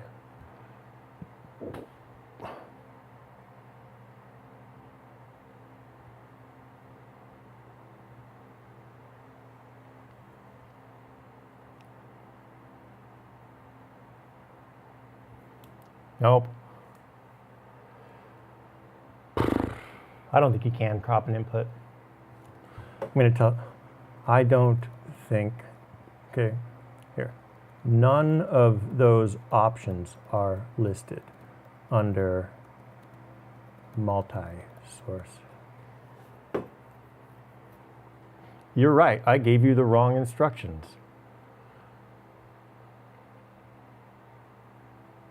Okay, OC GoStream deck, super source. I guess we're watching a YouTube video. SuperSource is much more limited than what you can build on the ATEM, but there is absolutely enough to get you across the finish line. Your SuperSource has 2 up and a back. Unfucking believable. This is the GoStream duet he's talking about, though. Enable source control. Mine says crop 1 and crop 2. This says mask 1 and mask 2. All right. Background, all of which can be user defined. I've got the 2 up set to inputs 1 and 2, and the background set to auxiliary, which allows for video playback from the SD card. You have controls for mask and border, but not too much else. Like I said,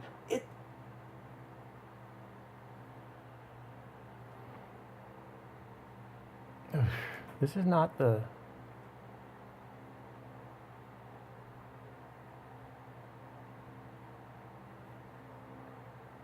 Oh, somebody subscribed. How cool is that? Thank you. Thank you for subscribing. Okay, so obviously this mine is different. Mine is the cheap one. I bought the cheap one. I don't think you can do super source on this. And ChatGPT is just full on, completely full of shit. Let's watch this guy's video a little more. It's enough to get you across the finish line.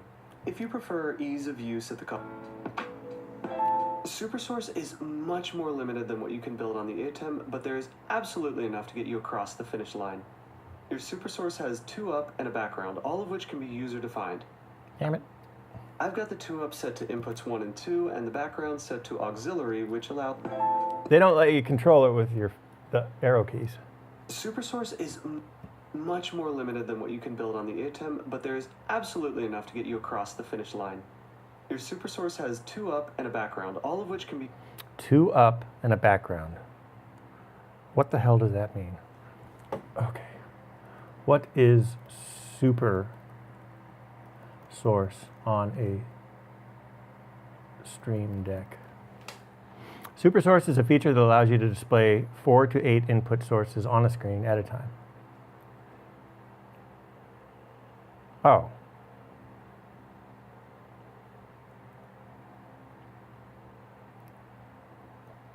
Oh, okay.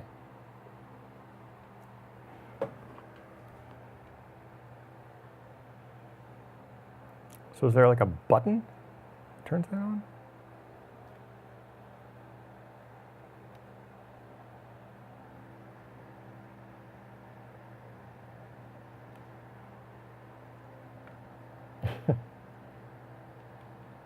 I hate this shit so much.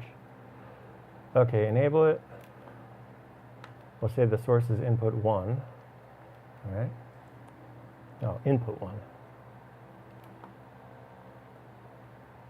Control.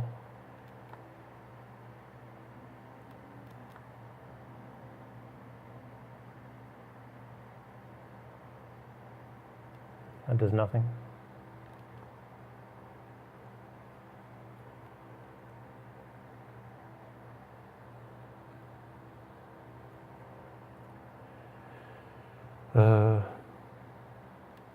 Nothing.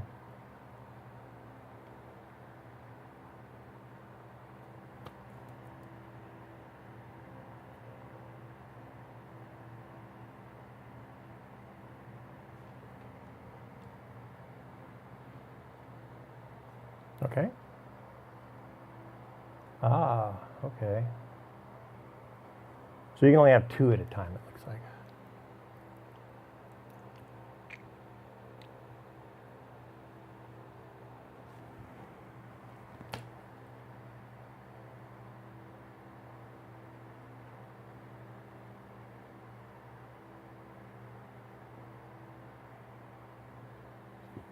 And you can change the Y position. All right. Oh, you can see the... Okay, let's go back to ChatGPT and tell it to fuck off.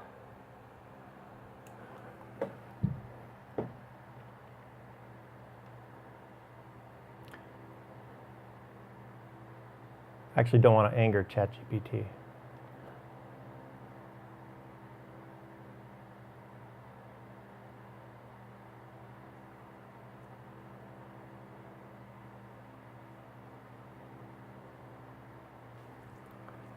So there's source 1.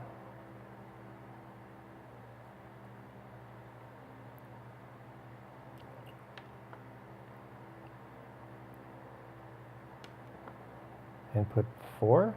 Oh. Okay.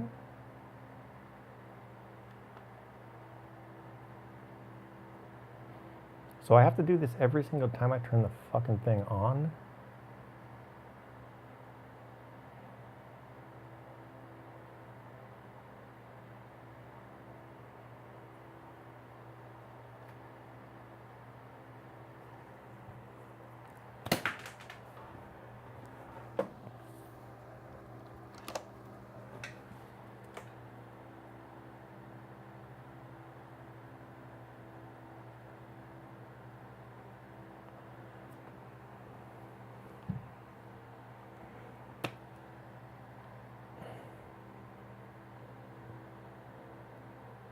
I think I'm going to eat Eggo waffles for dinner.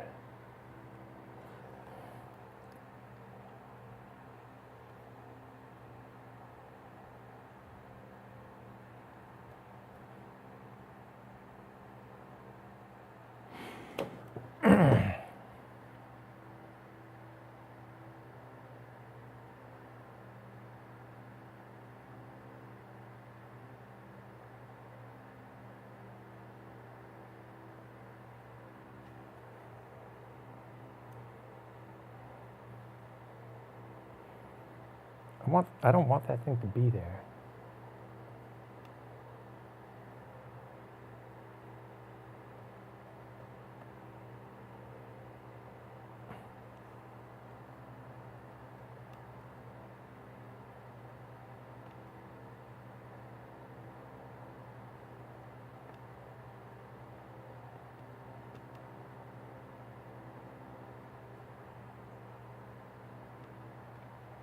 Why is it always input 1 in the corner?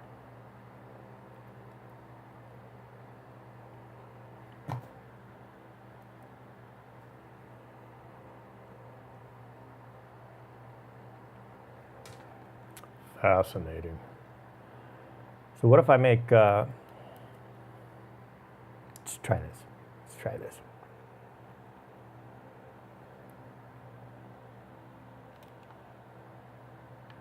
Make it input 4.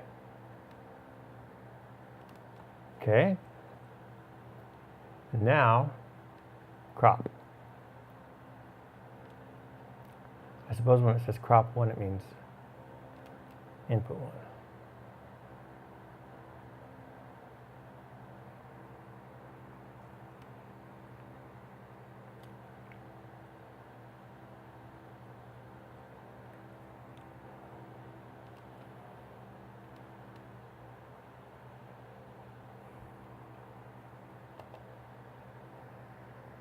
It looks so stupid.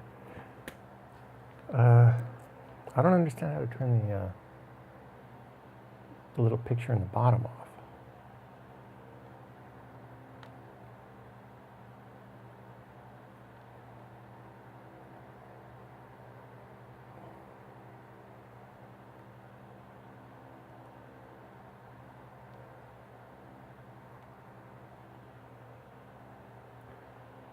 Okay, I think that's good.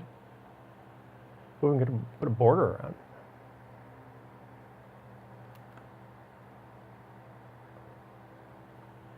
But the border isn't cropped. The border is border's kind of dumb.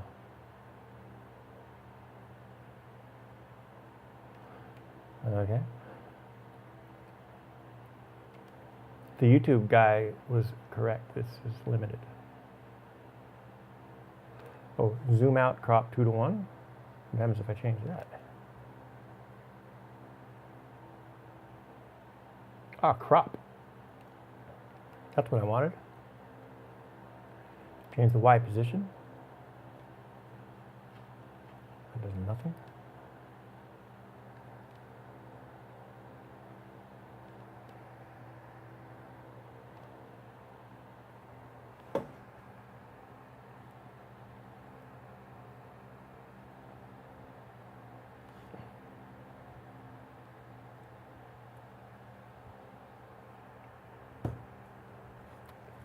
I mean, I don't want to buy one of those ATEMs. They're expensive. And I barely use this shit ever anyway. Oh, it went off.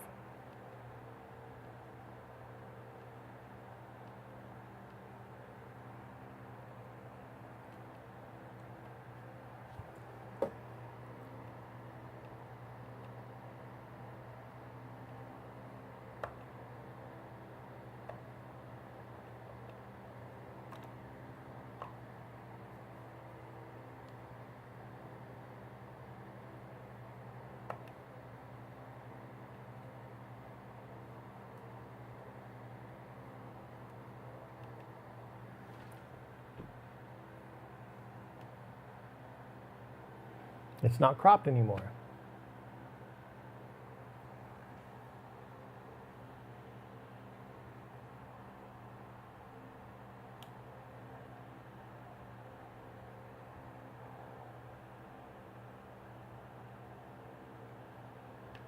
No, source 4.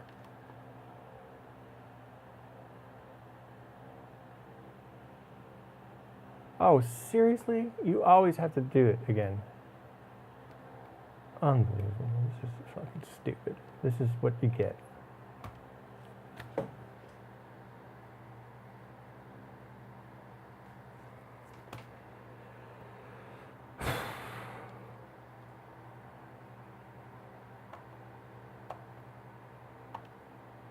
All right, it'll just be full screen.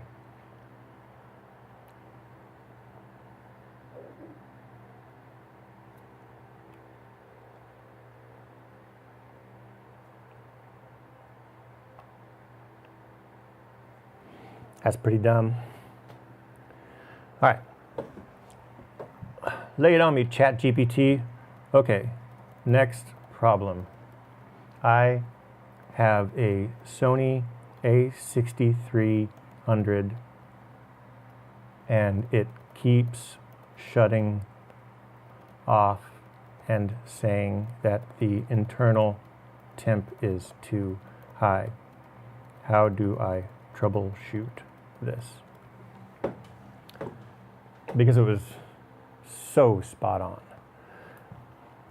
Yes, and since you're using the A6300 as a video camera, this is worth troubleshooting systematically. The A6300 is known to generate significant heat during continuous video operation, but if it's shutting down unusually quickly, especially when it's barely warm, there may be something else going on. First,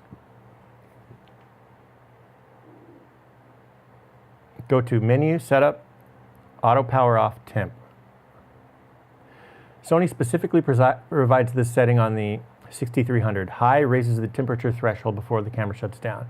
If you're using it on a tripod for your GoStream setup, this is appropriate. Sony warns against holding the camera for extending periods when the high setting because the body can become quite hot. Dude, what if it's right? What if ChatGPT finally got something right?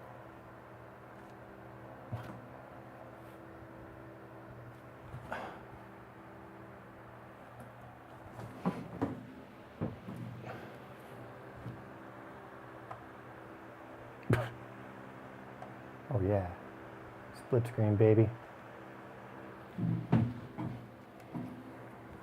Oh, you can probably see the menu here. Can you see the menu? Menu. Nope.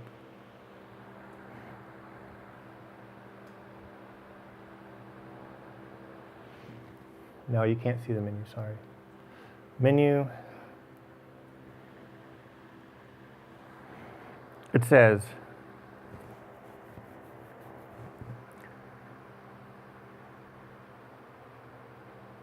Menu, Setup, Auto Power Off Temp. Menu, Setup, Auto Power Off Temp.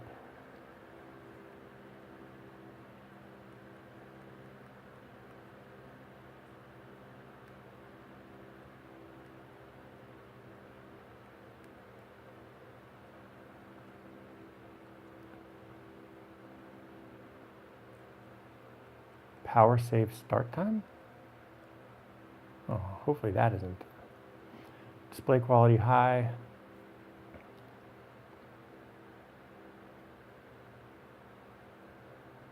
Ah, auto power off temp. It was set to standard.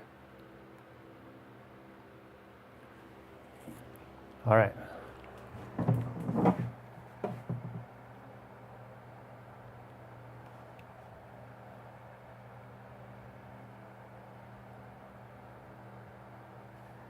It says there's another one. Camera by itself, HDMI cable, GoStream versus.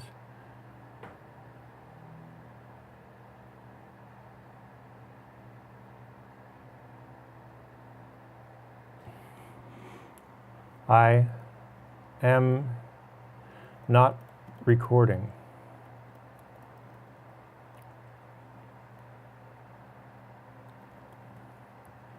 There is simply an HDMI out to the Go stream, but I don't hit record on the camera. I switched it from standard to high.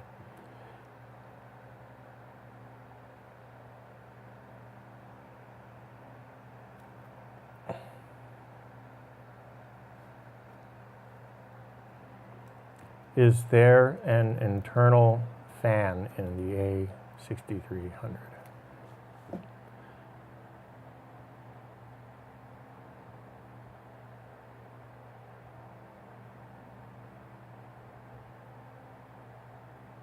Yeah, I got the LCD screen flipped up.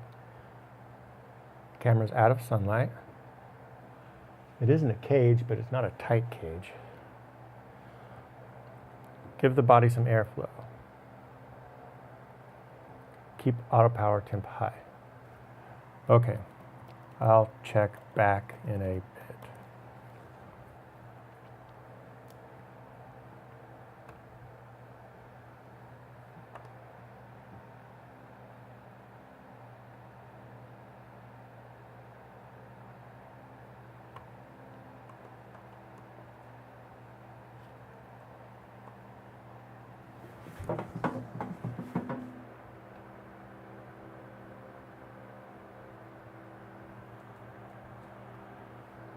This is fucking stupid.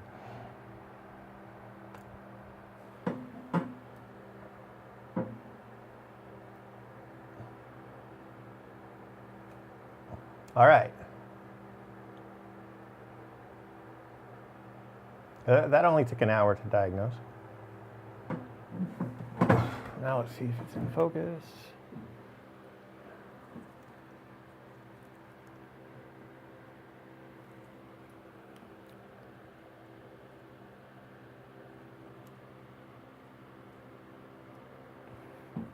It looks like it's in focus. Okay.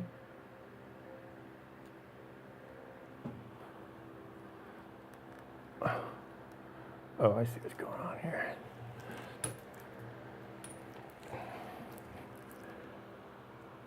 It's yeah.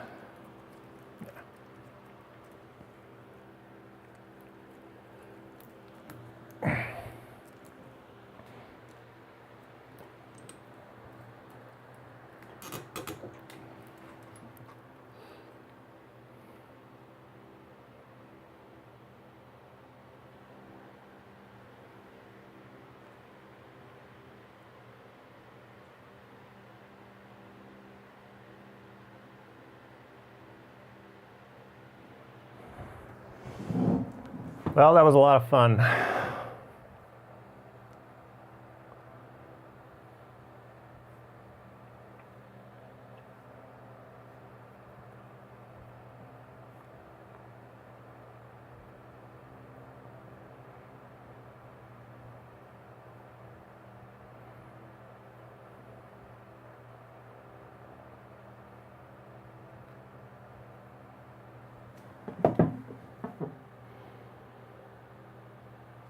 Let's continue cleaning, shall we? I know what you're wondering. Is there a way to move that box? You're asking the wrong guy. I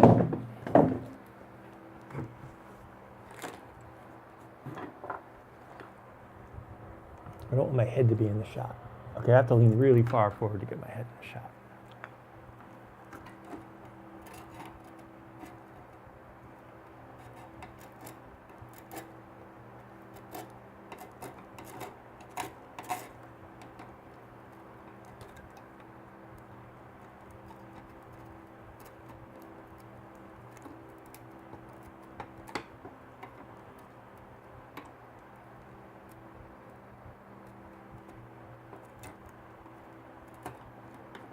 Kind of looks like that capacitor blew up, huh?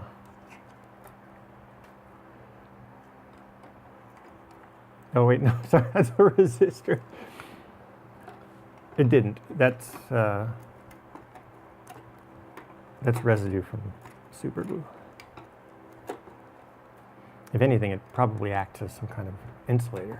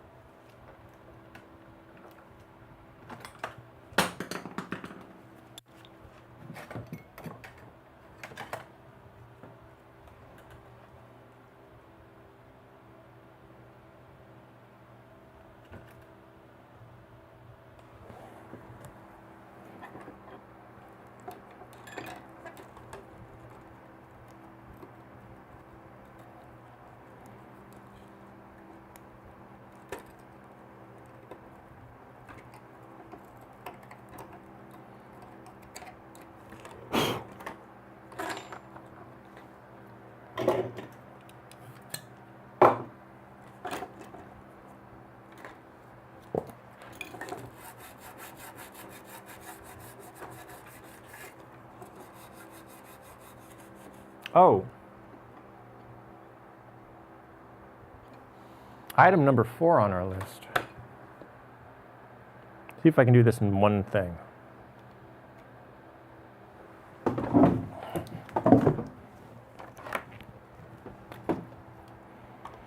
This IC right here, it's socketed in a modern looking socket, and it's smaller than anything else they would have had back in 75. Oh, this was made in 75, by the way, not 65. And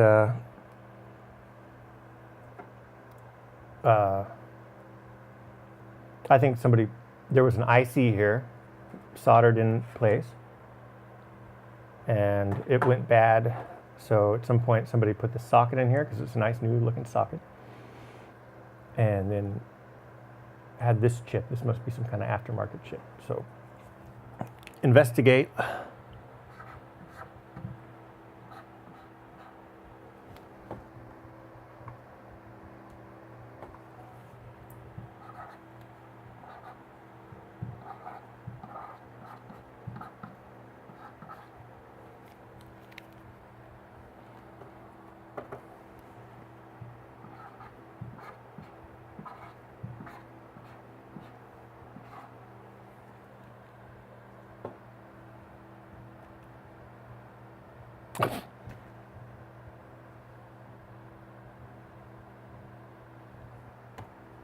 Perfect. So that way we won't forget to investigate the IC.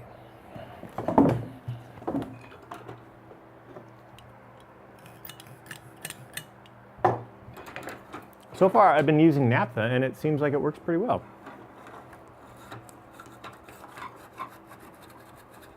What do you guys think? Do you think naphtha is okay to use in lieu of alcohol if you don't have any alcohol? I use it all the time to clean guitars. It's safe on nitrocellulose lacquer. It's especially cool to use before you put any lacquer on, when it's just the bare wood. If you want to see what it'll look like after you put the lacquer on, for a very brief moment before it dries and evaporates, you can see what it would look like with a finish on it.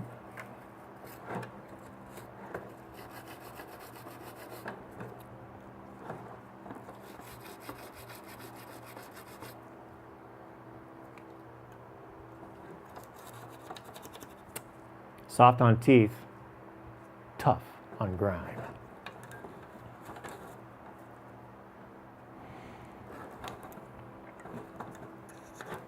Oh, you help us turn the shot, Alex. Now, where's my head? Okay, I still got to go forward a lot before my head is in the shot.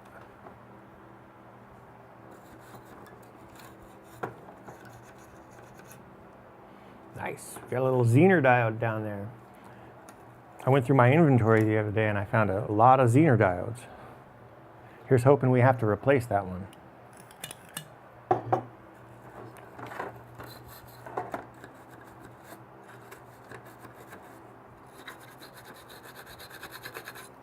Yeah, tomorrow I think I'll go to the solvent store and get some alcohol.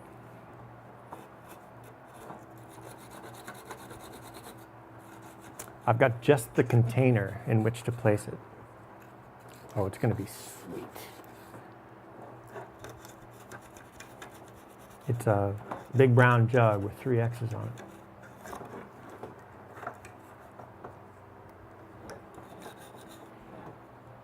I don't see any blowed up components.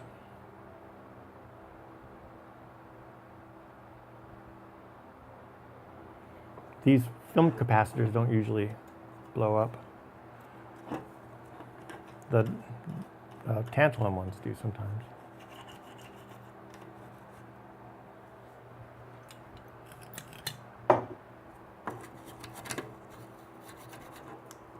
Or whatever they are, the drop ones.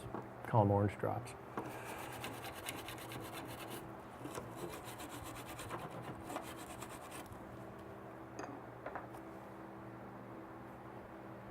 Oh, the auto ISO. That isn't doing anybody any favors.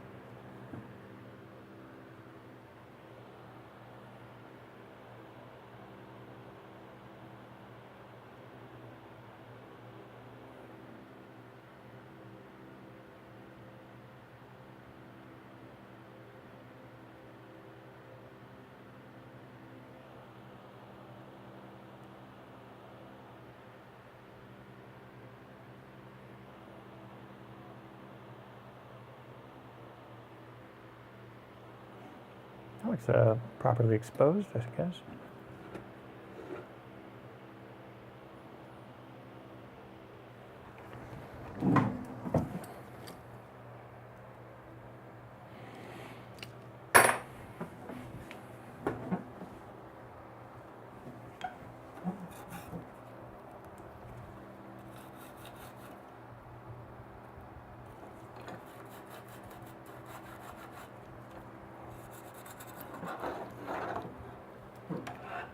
I'd like it to be closer to me,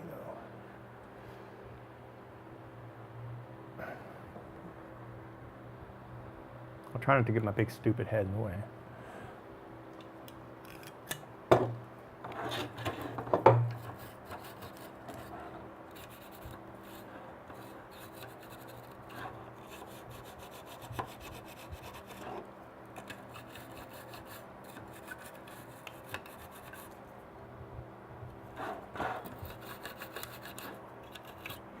Well, if somebody replaced that IC, then there's a good chance that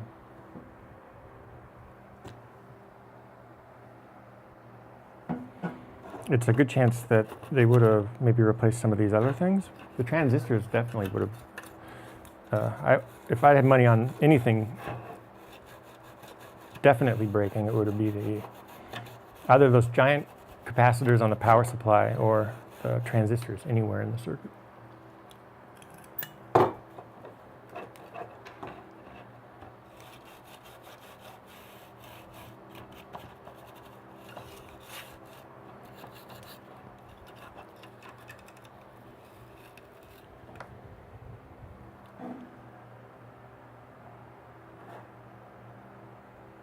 Is it in focus? Looks like it's not in.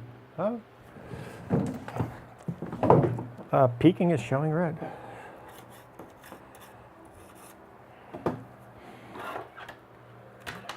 Now let's hit this side. I'm going to hit this part with deoxit, not naphtha. Look, I need deoxit for the deoxit can. When I bought this, I was living on a sailboat in Ventura.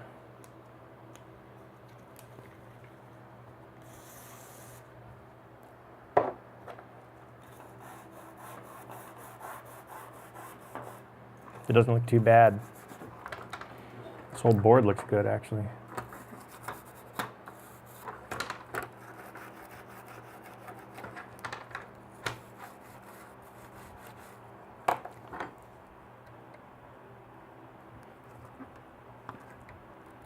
That looks like flux.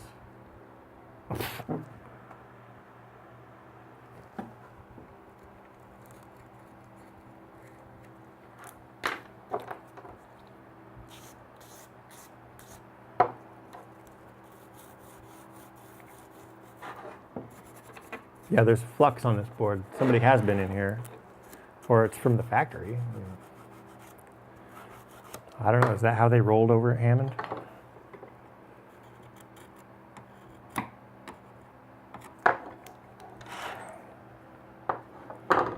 Oh, okay, yeah.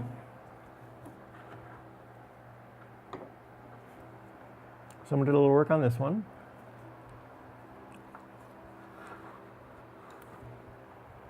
On that, what were they changing out here? Transistors. What did I tell you? And this one here, which is a... maybe they must have just been replacing a cold solder. And this guy is a definite bodge, but I think that might have been one of my bodges. Well, take that out. It's not doing anything.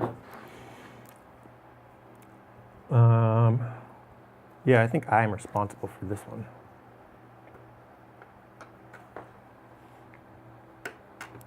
But I also might have been replacing something that was there before.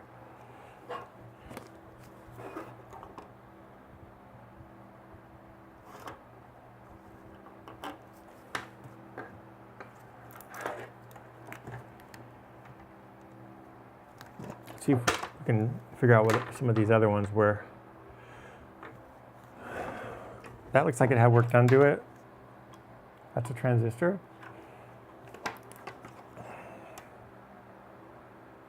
These two right here, yeah, transistor.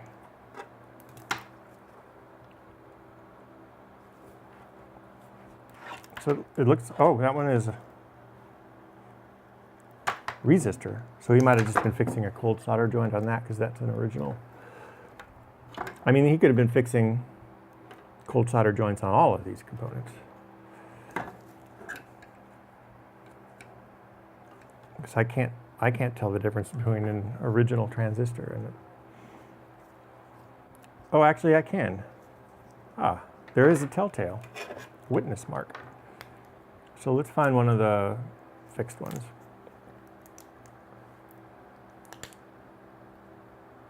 Oh no, that's a resistor.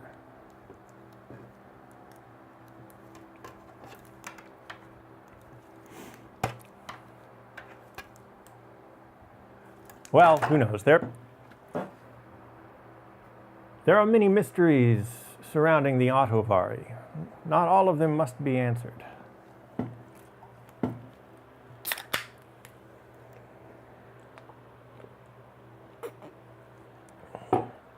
And on the plus side, the camera hasn't overheated yet. I wonder if at some point in my life I knew that thing about the overheating temperature thing.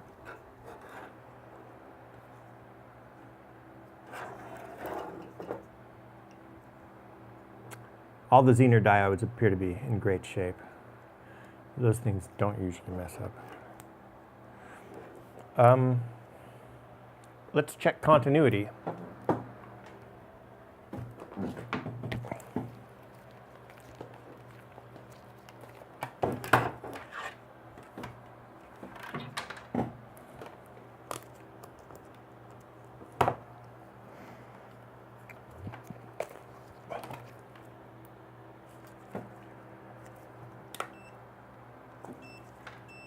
All right, they got the multimeter, it's set to continuity mode.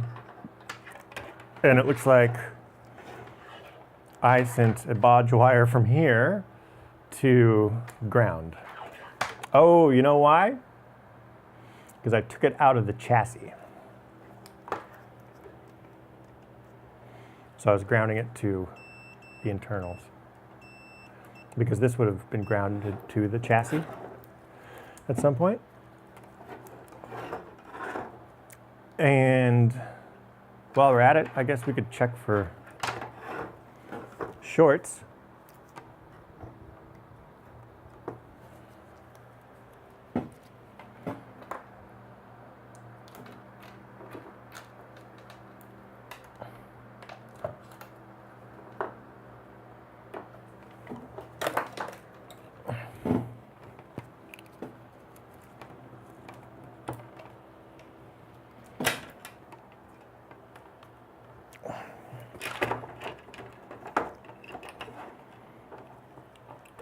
All right.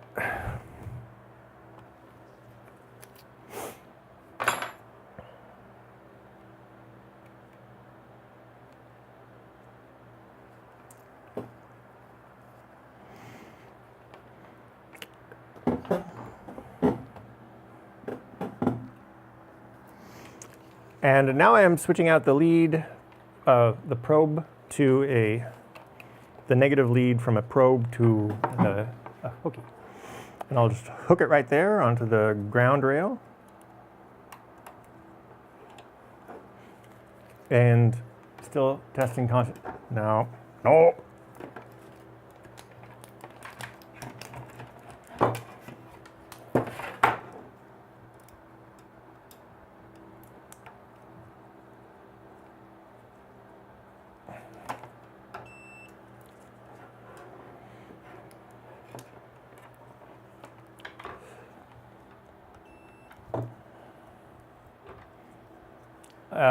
Yeah, okay. Testing continuity still.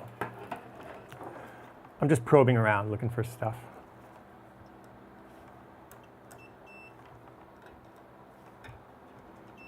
So if it beeps on both sides of the capacitor, this beeps on this side, right?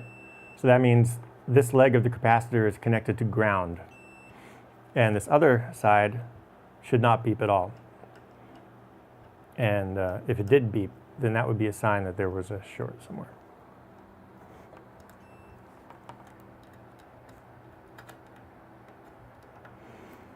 Since a lot of these components are in circuit, you're not always going to get the beep.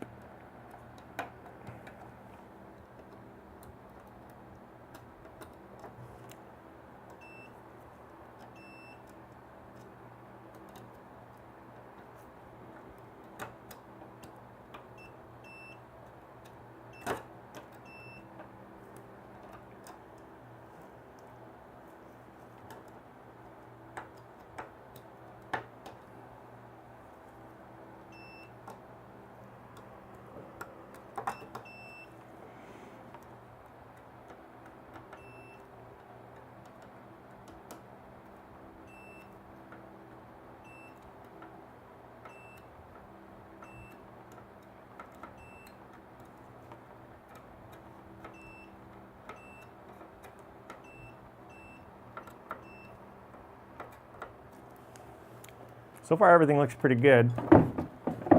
We've done about a quarter of the board.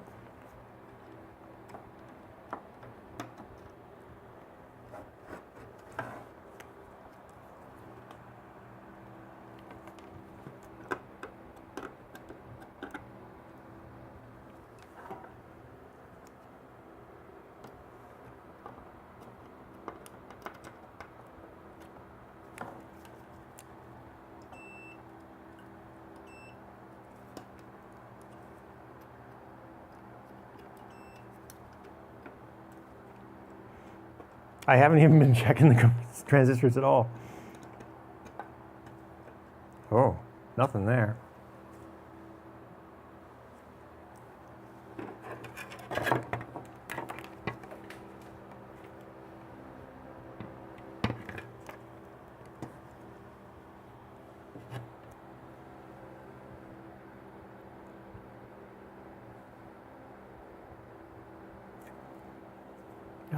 That's one of the transistor legs. So I think it's logically blocked away from ground. Huh. This probe keeps falling off.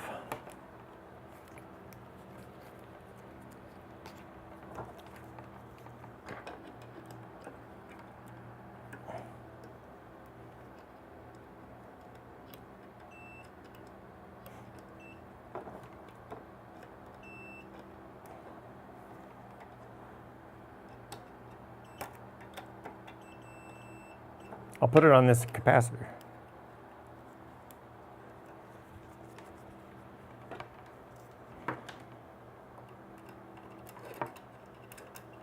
There's a hole right here. How about I?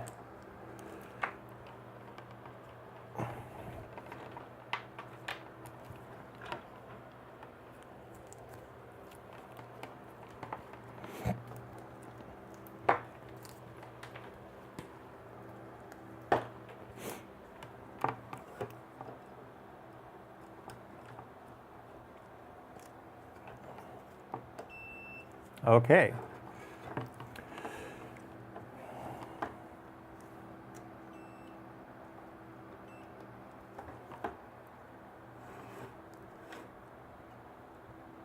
Nothing from this one.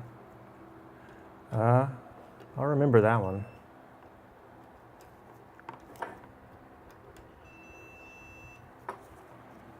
Just because it's not making a noise doesn't mean it's busted, though. I don't exactly have the schematic up right now. I feel like this might be a waste of time at this point, because if you don't have a purpose, then you're just messing around blindly.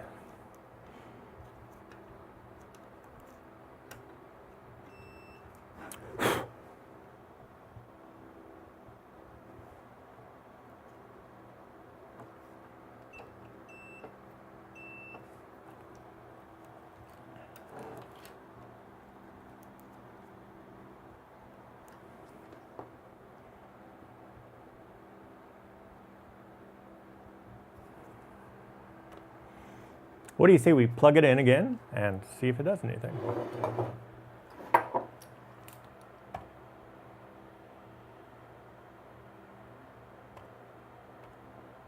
Hey, look, I'm getting pretty good at this.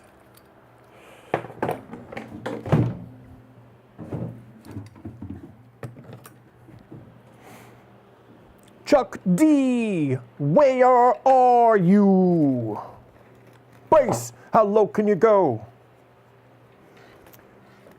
Bang, lyrical blow to the jaw. Bang, lyrical blow to the jaw. Bang, lyrical blow to the jaw. Can every MC down on the floor. Call 999, it's emergency. Beats and grinder killed an MC. Someone take him to A&E and declare a lyrical surgery. All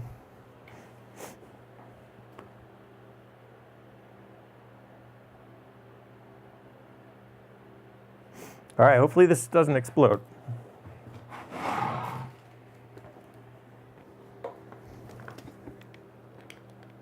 I'm kicking the man like a Van Damme.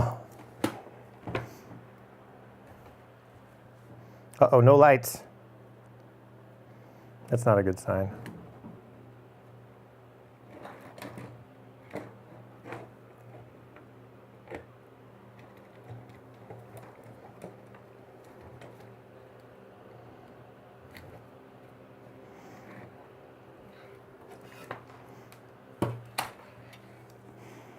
Unplug it. Oh, I don't know what I just unplugged, but it sure as shit wasn't the AUTO-VARI.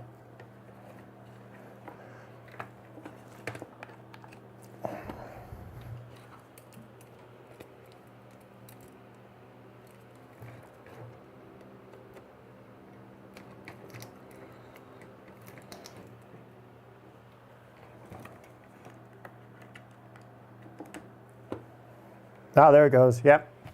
All right.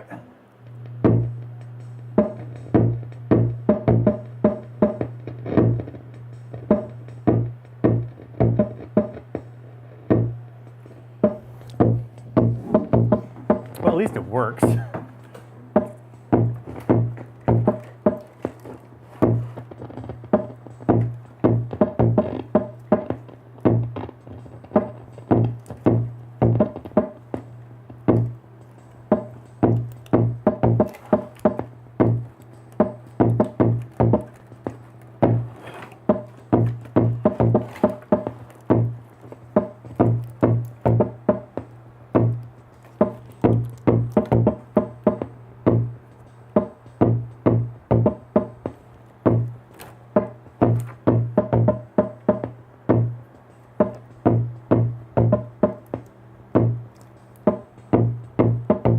I'm checking for loose wires.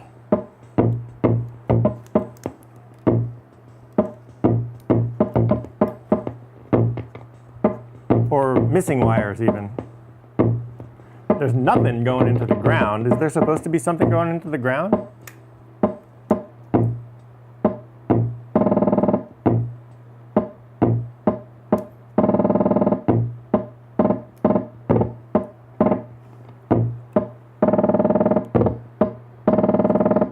Yeah, shut up for a second. I don't know if there's supposed to be something going into the ground. So let's check continuity between ground and just that lead. Because if it's already connected to ground, then who cares?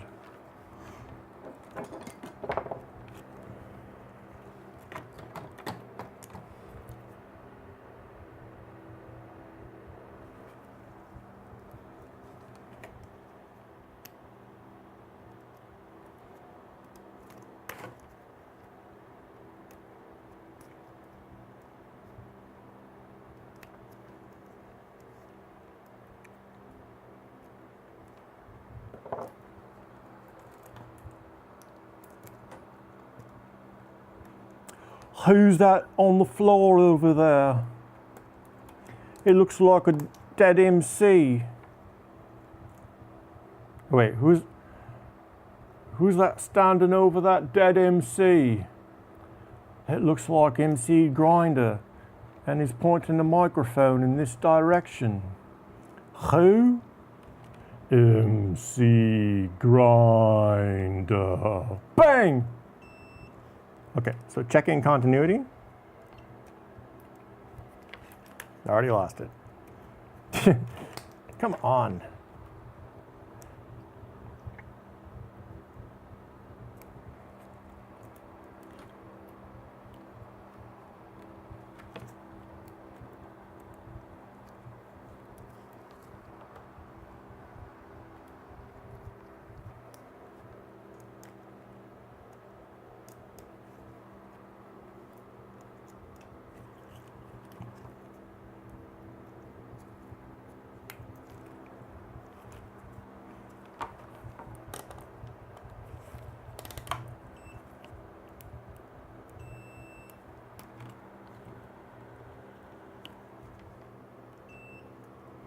All right. So very carefully, let's check continuity. So that's good. Let's find something over here. Nothing. Nothing, nothing, nothing.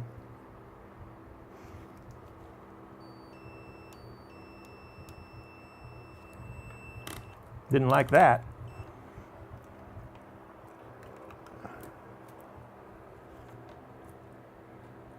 Ah, okay. See, this thing should be grounded. There might have been a ground cable that came out of this socket.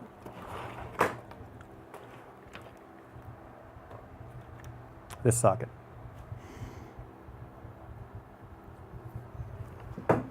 So let's find a suitable ground right here.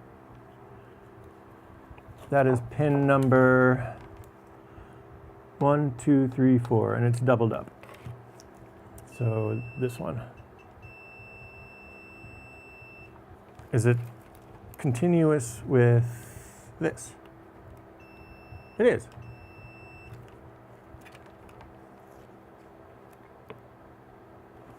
And this one goes to this board. This is the one where the ground appears to be missing. And some of it goes to this board. Well, all of this goes to this board. And this one appears to go to this board here, but some of this also goes to this board. Question is does one of the grounds go to that board? On this, black is ground.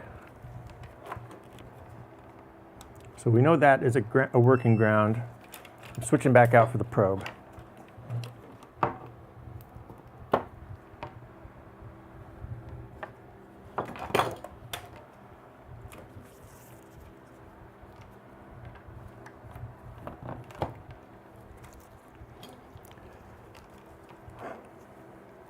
All right, so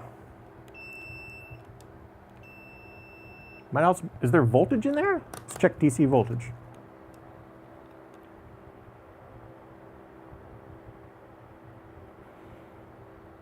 It looks like there might be a tiny little bit of voltage going through there. It just kind of stops at 0.5, so there could be a ground leak somewhere.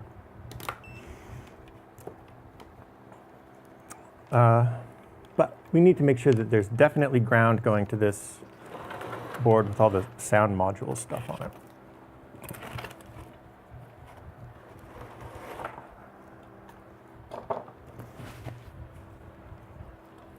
I mean, any voltage going to ground is bad, but I think in order to actually determine that, because it's kind of a shitty multimeter, I should plug it up to the scope.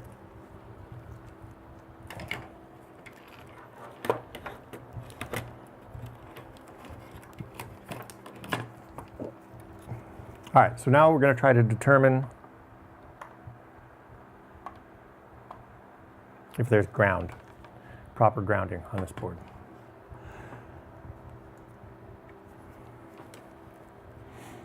I've got one end of the probe on a known good ground on the other one, and so I've got the this ground probe on known good ground on that. Oh, okay.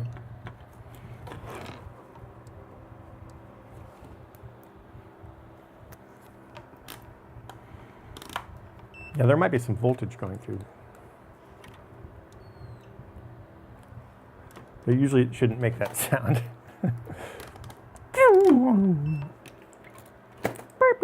Like when Pac-Man dies.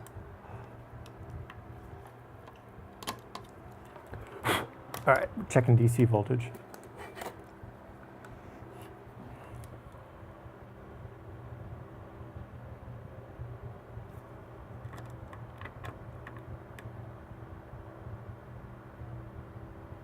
$25, 29, 28, 22.1, 14.47, 30, 29. What was it on this side? 14. That, nothing seems odd about that, I guess.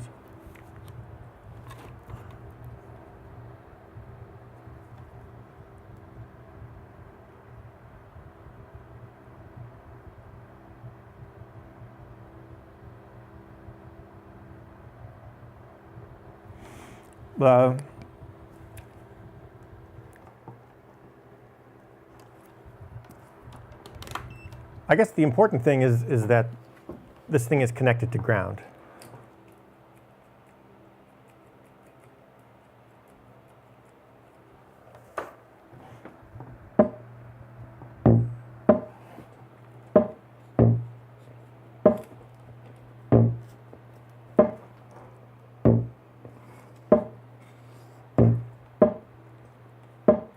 The volume knob does nothing.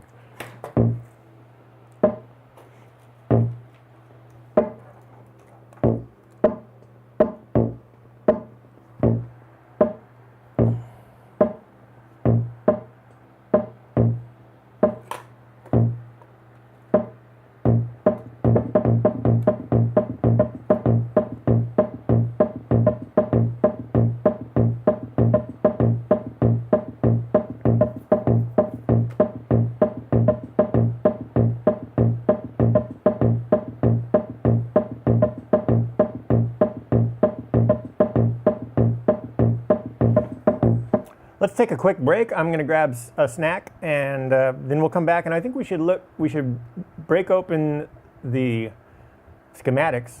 That was fun last time. Yeah. Oh, that was one of the things we learned from last time, because we waited until the very end to open the schematics. When if we had opened them at the very beginning, then we would have saved ourselves 4 hours, almost 4 hours. Of screwing around in the dark. But screwing around is fun. It's a good way to learn things. Experimenting, learning, just getting your hands dirty. Well, not my hands, because I'm not poor. So let's take a break. I'm really poor. I live at the shop. Yeah. Someday maybe I'll be able to get a place on my own. I mean, I don't live here. I crash here sometimes.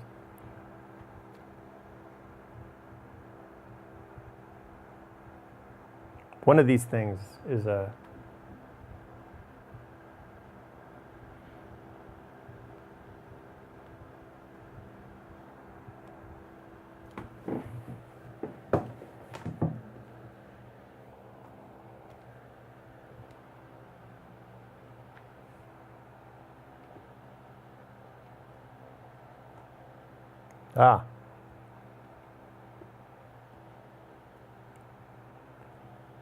Well, can I have that overlaid? Or does it have to be just black screen?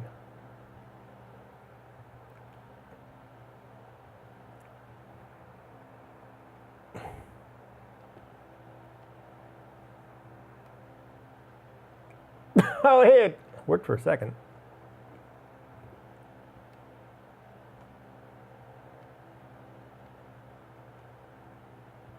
Ugh. Oh, that one worked. How do I get back to that?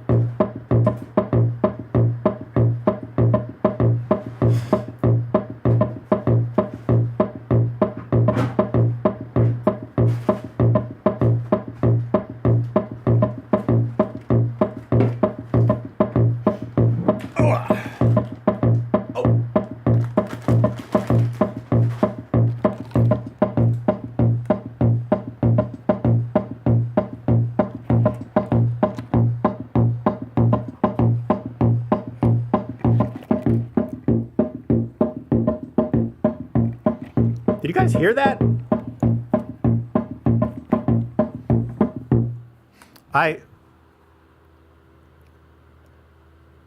I laid the microphone pack down next to this thing, and it caused the high frequency to start coming through. Like I could hear the... Okay, so I'm going to walk through this for a second. When I laid the microphone pack down next to the board, the high frequency, which was previously inaudible, you could sometimes every once in a while hear the of the hi-hat, but not very often. And I set the microphone itself like over here. Oh, you can. And then I could hear it. Is it because the cord like pushed something in that was loose, or is it because this thing transmits high frequency so it amplified it? Let's test. I'm going to turn the microphone off.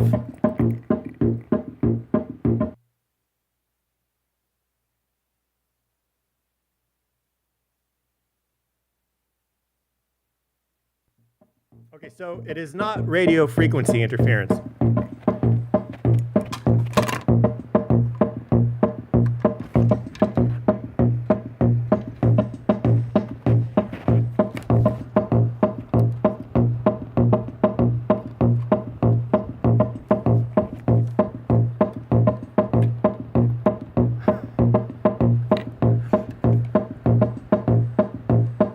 It's very subtle.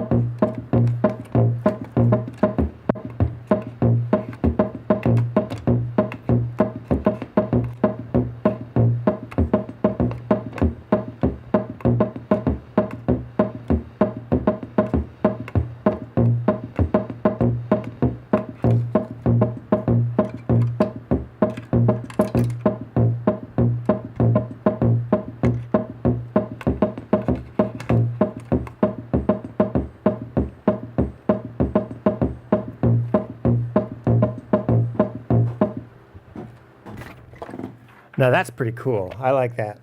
It's a little bit of a theremin vibe, but it's using some kind of radio interference. I wonder how the AUTO-VARI would perform if it were anywhere close to an airport.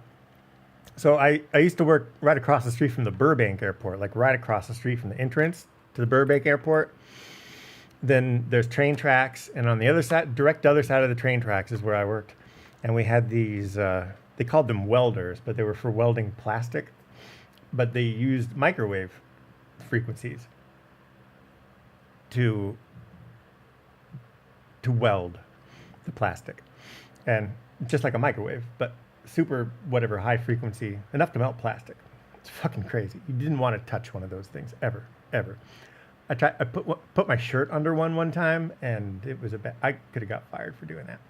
But it was right across the street from the airport, so our things were always interfering with the radio traffic control, and they were never really interfering with us at all.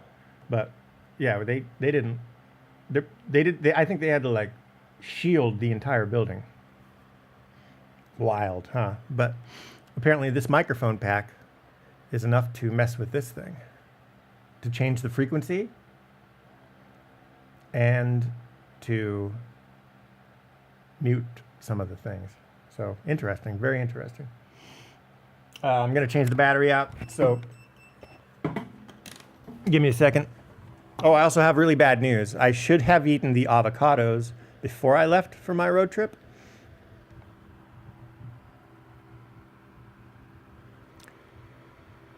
I messed that one up. I should have eaten those avocados.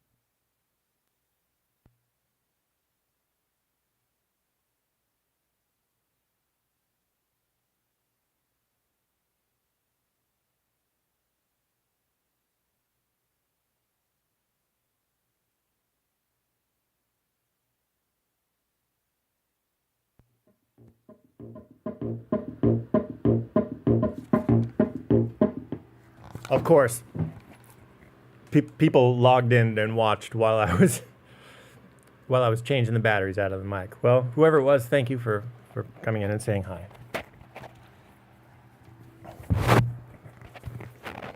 Very unprofessional. That's why on Big Brother they ask you to go into the room and switch out your mic. So that's professional. Very professional.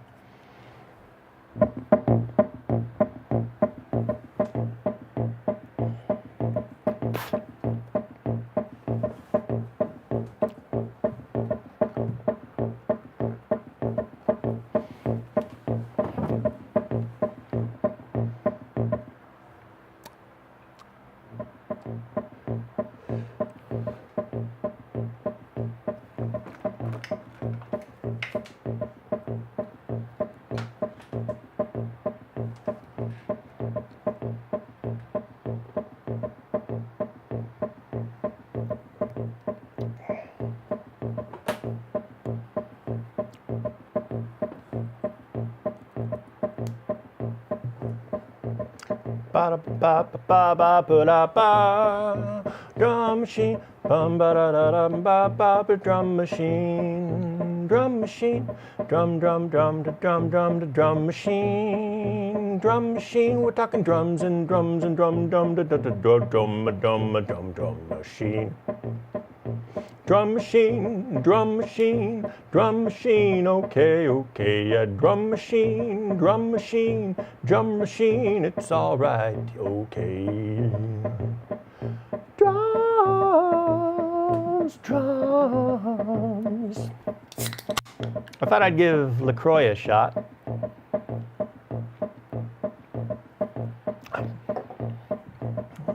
It's delightful, but it's no Soleil. If you really want to quench that thirst, look no further than Soleil. And Safeway apparently knows it because it was $7 for 18 last summer. This exact time last summer. I know, to the day. And it was $7. If you went to go buy some Soleil right now, it would cost you $10.99. I feel like it's still worth it, but it gets to the point where you might just want to start drinking water, actual water.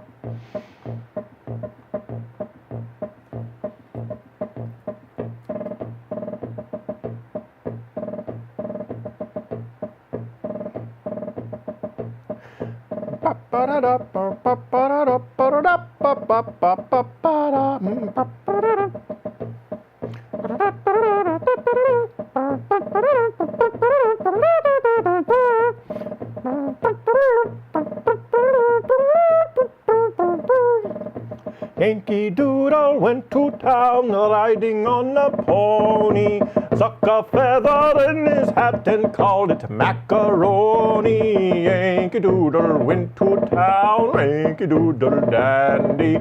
Yankee Doodle went to town and the macaroni.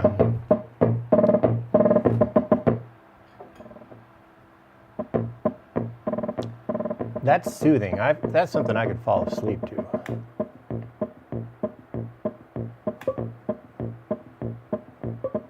The cowbell is really what makes it.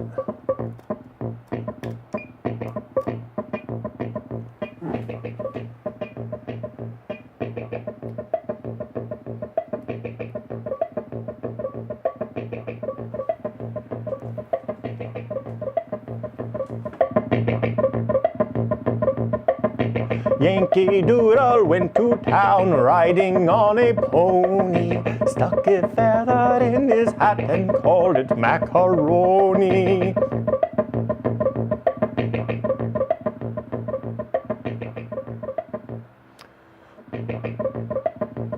Oh, oh, oh, that's the tempo now, right? Oh.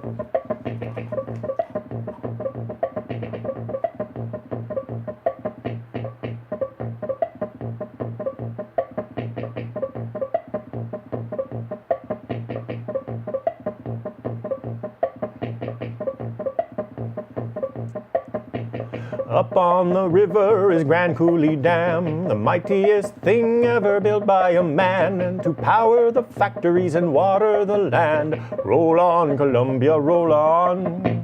Green evergreens where the waters cut through. Down her wild mountains and canyons she flew. Canadian Northwest to the ocean so blue. Roll on, Columbia, roll on. Roll on, Columbia, roll on. Roll on, Columbia, roll on. Your power is turning our darkness to dawn. Roll on, Columbia, roll on. Remember the episode of The Office where Andy was in a musical? I don't think Woody Guthrie sung that particular song like he was on off-Broadway.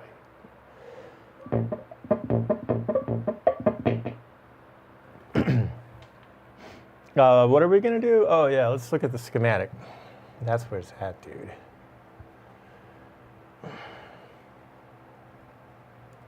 Oh, look, it's still up.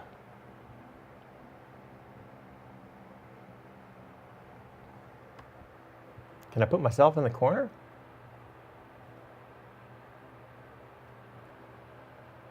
For the most part, yeah.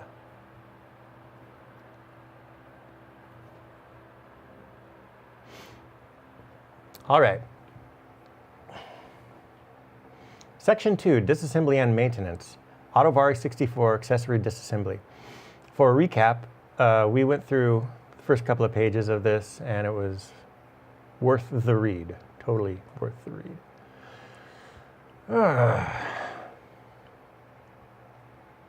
Time is it? Holy cow, it's almost 9 p.m. How long have I been doing this? 5:30, 6:30, 7:30, 8:30. 3 hours.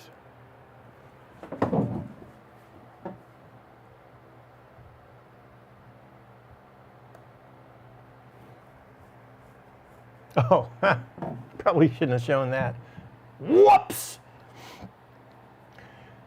General, this section describes a main disassembly sequence and procedures for removal of specific assembly.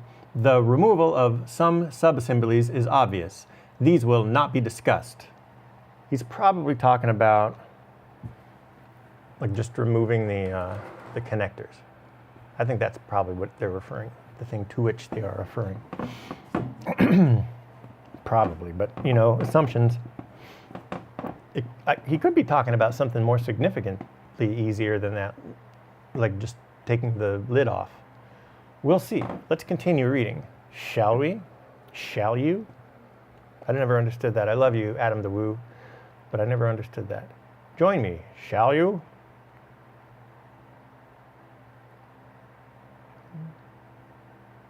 I mean, I guess it works, but it never really worked coming out of his mouth. I know what he was trying to say, but R.I.P. Adam the Woo. An inspiration to us all. The removal of some subassemblies are obvious. For reassembly, use reverse procedures. No hand-holding here. Removal of music panel. The panel fits down into slot in AUTO-VARI top assembly. That's more obvious than I thought it was talking about. What are the extremely obvious parts? Like unplugging it from the wall? Okay, by lifting up and to the rear, yeah, I got it. To gain access to AUTO-VARI, hey, real quick, I just thought, I had an idea to,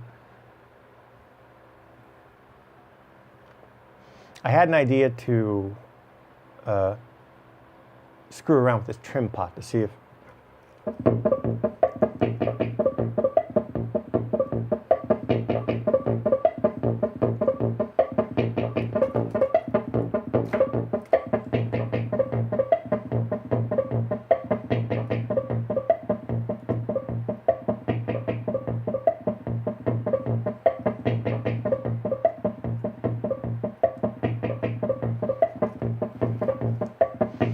my theory is that maybe that trim pot has something to do with it, because that trims the low and high frequencies.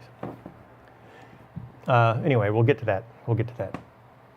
To remove AUTO-VARI chassis assembly from cabinet or case with firm, steady pressure, pull tempo knob. Yeah, we're way beyond that.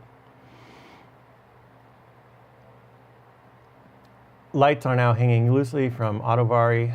Removal of variation board from AUTO-VARI chassis. I think this is the variation board. It says 124000418. Variation board, indeed. This is the variation board.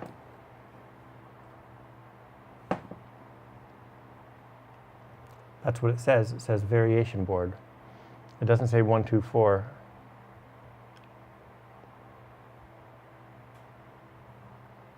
Not anywhere I can see anyway. So that's the variation board.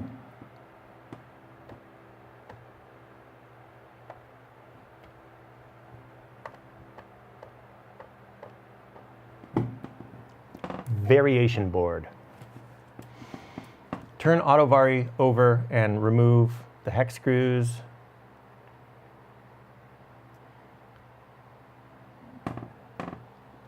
Done. I've got the variation board now. To remove pattern generated board. Pattern generate. Oh, you can't read that part, huh? Brilliant. To remove pattern generator board, unplug Trust Experience, Trust Oakley. Unplug edge connectors from generator board.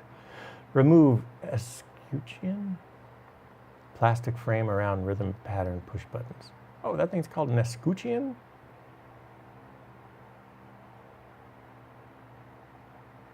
What would I have called that? I think I was probably calling that bezel.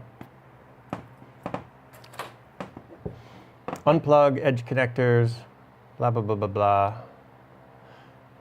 Pattern generator board. Let's pop it.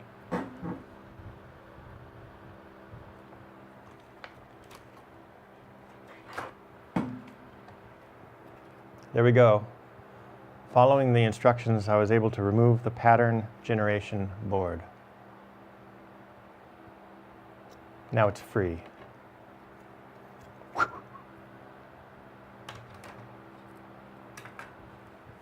I mean, it's not telling me not to do these things. It's telling me specifically exactly how to do those.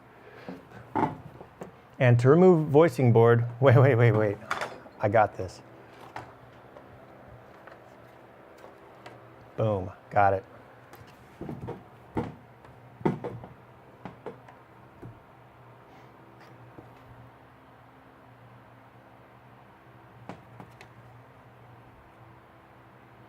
Yeah, you know what? This is the voicing board.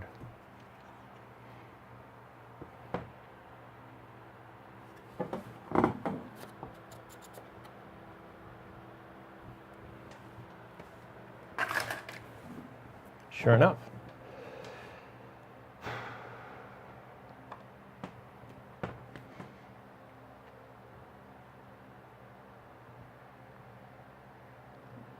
Now, to remove voicing board, oh, we just did that.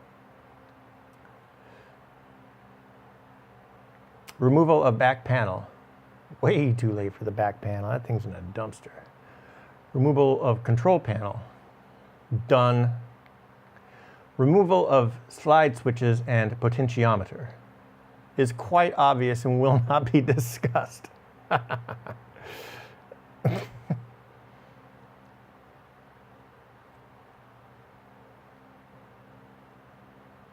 But they discussed how to remove the knobs from the potentiometers. They went into great detail about some of the silliest things. And look how much page was left over. There was plenty of room for them to write about it. Oh, formatting error. What is that? Oh, no, that's a page number. I thought it was a page heading. Notes. Feverishly writing about how to reassemble. Test adjustment and procedures. High frequency. Test point at AUTO-VARI output jack. Monitor by using external amplifier and speaker. B, same as step 1A. Tempo control. Mid position, volume control, max. Measure switch 2. Variation switch A. A button will light. Depress waltz button.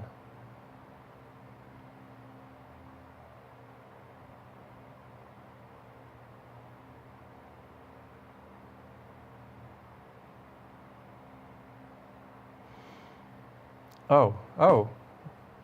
Please give me test points.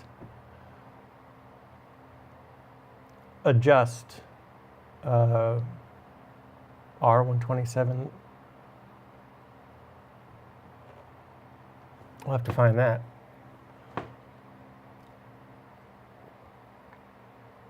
Low frequency, high frequency. Okay. A snare drum voice will be heard as the second beat in each measure. Adjust R127 for minimum bass drum output signal. Observe the white noise component of the snare drum and adjust to an output of 2.8 volts. Ah.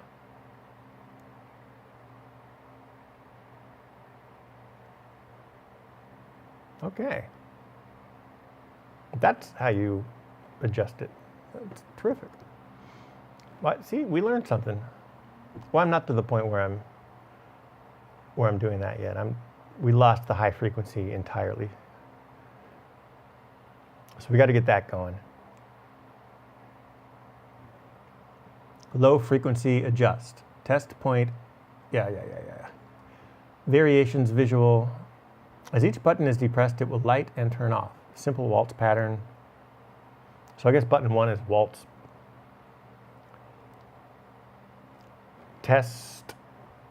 Variation measure rate table.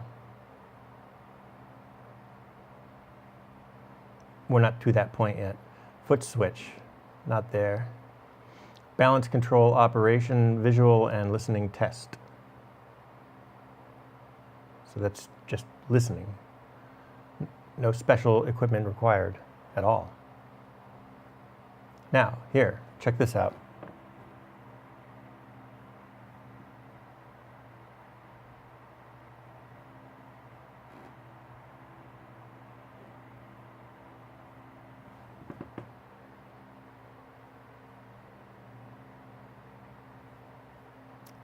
I have a feeling this is going to turn into a schematic here. Yeah, there it is. Zoom back out. So, this section, oh, here we go, sorry. I think it's best to have the little guy up in the corner. So if anybody comes and watches, they'll see that this live stream isn't just a PDF. There's actually a dude in here somewhere talking about stuff. No dedicated star wipe button on this thing, though.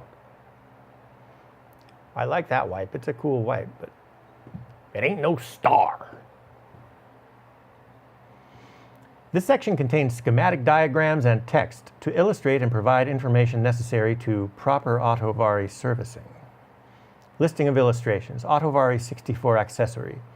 Figure. General and list of illustrations. 3.1. Logic diagram, AUTO-VARI 64 accessory model.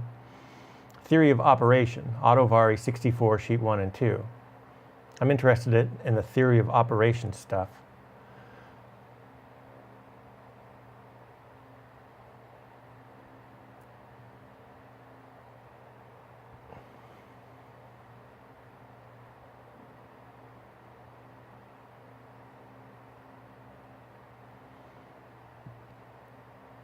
Yeah, these logic diagrams are just the best. They didn't have to include this in the manual.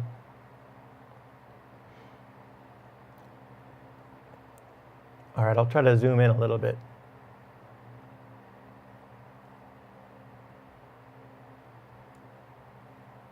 How's that?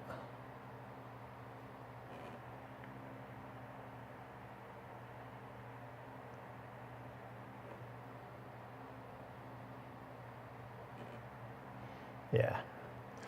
Okay, general. This section contains the theory of operation of the AUTO-VARI rhythm units. There are basically two models. The accessory model, which is a self-contained unit with its own power source, but does require an external amplifier and speaker. This is what we're dealing with here, the accessory model. This unit does not contain the auto accompaniment feature or play along voices. Reference to these features should be excluded when using this text for the accessory model. The inbuilt version, I'm just going to skip it, who cares? The AUTO-VARI has 16 rhythm patterns controlled by 16 interlocking push buttons, which can be depressed singularly or in combinations. 2 of the buttons select 3/4 time. We've already gone over this. This was in the first part. It's like the exact same wording. Pattern generator board. The 124-000379. The 124-330000379 board contains the 075000434 custom rhythm IC. That was the big mystery we were trying to solve earlier. See, this is why you should read the manual first. What do we got? This IC says 7434AI. Should be the 124-00037. Oh wait, 075000430. Any information on this side? Nothing. I'm quite confident that this is this thing right here. Let's look at the logic diagram.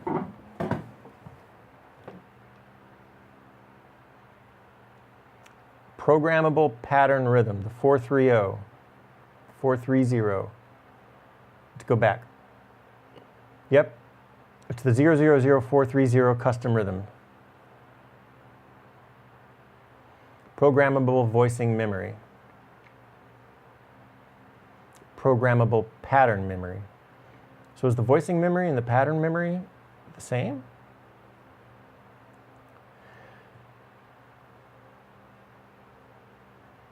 This IC has a programmable pattern memory, 16 DC controlled, direct current controlled pattern inputs, 12 outputs for 11 voices, and 1 auto accompaniment signal.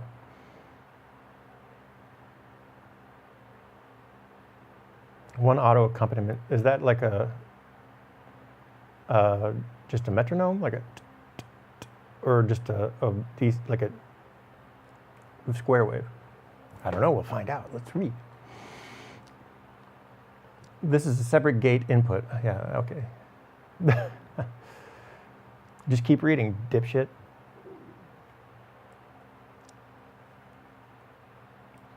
How do I make that go away? I don't want that. Whatever. This IC has a programmable blah, blah, blah, blah, blah, separate gate input which will disable the 11 voice outputs. Huh. This gate is not used in this rhythm unit. Oh, okay, great. Doesn't matter. There is a clock input which is used to derive the internal decoding circuits. The clock input frequency varies from 4.8 to 30 hertz. That's the joy of the analog stuff. Probably gets faster as it heats up. And drives the 2418 count address decoder. The 5 counter stages which make up the address decoder are designated X1 through X5 with only X3, X4, and X5 outputs brought out of the IC. Divider X5 drives divider Y1, which in turn drives the measure decoder. Okay, I want to look at the logic diagram again. So,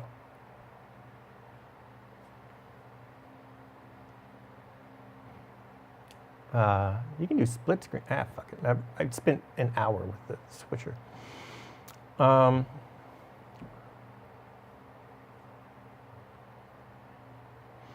I think the voicing memory and the pattern memory are all included in the one pattern chip.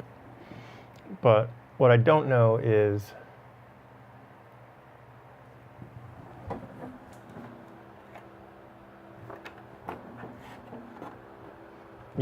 so there's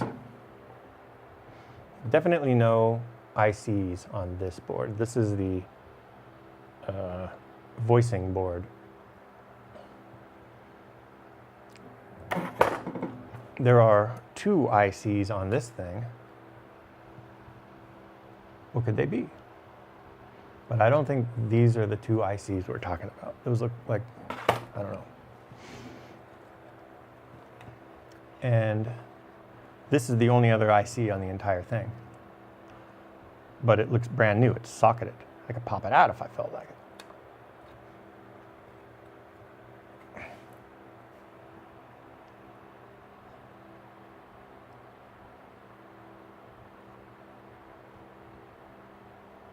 I believe this integrated circuit here is a replacement for something else. Did somebody, it says Korea, did somebody at some point make replacements for these things? Who would do that? It's not an it's like a, this is like a proprietary circuit made specifically for this. This isn't an off-the-shelf circuit. I guess we could look up this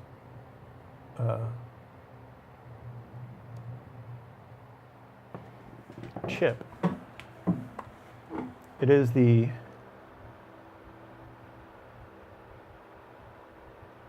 '7434AI. I don't know.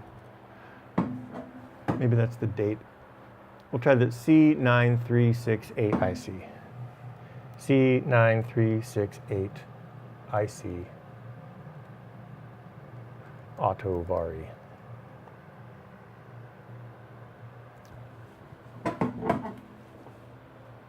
Okay.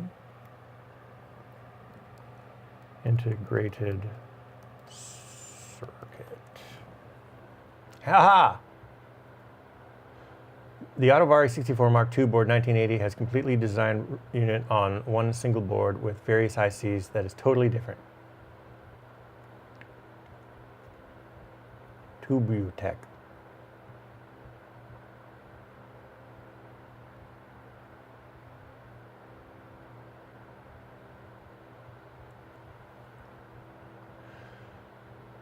Ah, okay. Well, we found that. Let's try the other number and just see what happens. 7434AI. 7434AI. Oh, AI. I think the name of the company that made the chip is AI.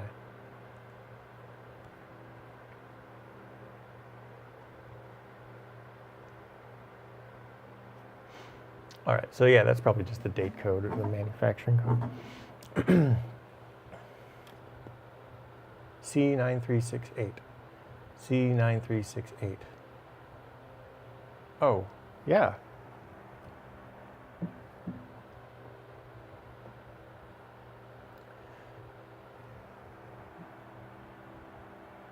Or maybe it's AMI?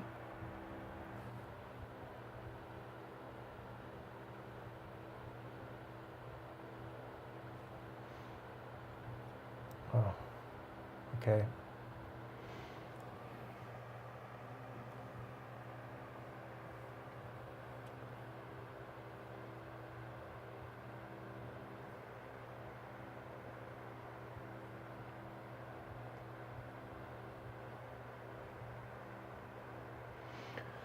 All right, let's read this. Thanks to Jonas Olsson, we now have a comprehensive Unipulse installation manual. He also installed the extra outputs and pitch mods, which are of course optional but recommended modifications. Note, from Tubutech forum users, this is only for the AV64 Mark I boards. Everything before 1979? Hopefully that means before and not an arrow. AUTO-VARI 64 Mark II boards, 1980, has completely redesigned unit. Okay, great. I am feeling like this is a modified update chip. Ooh, I can't wait. Some more info in this thread. Haha, the mystery deepens. Well, fucking A. Mod Wiggler?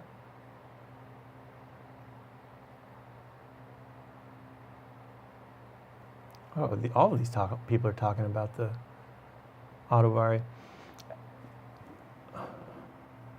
When was this? This was after I purchased this AUTO-VARI. So this is around COVID. People were really bored during COVID if they were talking about the AUTO-VARI. As it might interest others, I can confirm that the Unipulse installation for the Hammond AUTO-VARI 64 works flawlessly, as there is a lot of space inside the mount to mount the Unipulse. As for doing sound modifications, This is great news. You don't happen to have some pictures to share, do you? All emailed to you weeks ago. Motherfucker. Caution, the power wire in the back goes directly to exposed solder joints besides the transformer before they go into the transformer. This means that 220 is completely exposed. Please be careful. Yeah, that was the first thing I fixed on this thing.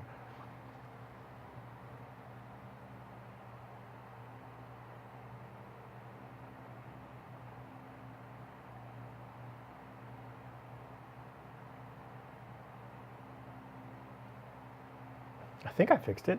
I better check. Thanks for the reminder, buddy. The service manual is extremely well written. I'm starting to learn that. Actually, I already learned it, then I forgot it. Now I'm learning it again. The service manual is extremely well written and explains almost all circuits in detail, and combined with the fact that all connections in the machine are marked with their functions in plain English, makes the machine very easy to work with. Correct, unless you're a dumbass. Present company. Present company what, Alex?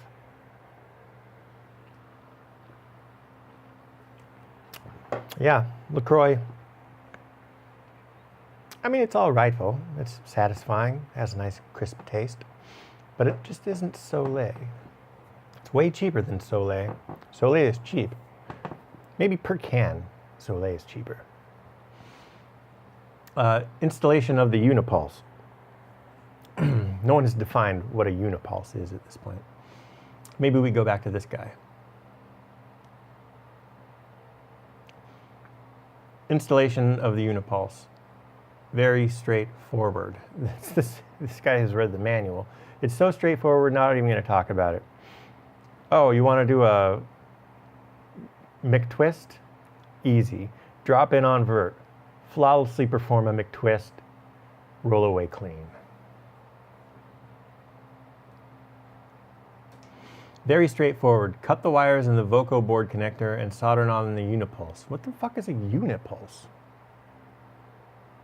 Oh, it's something with an LED.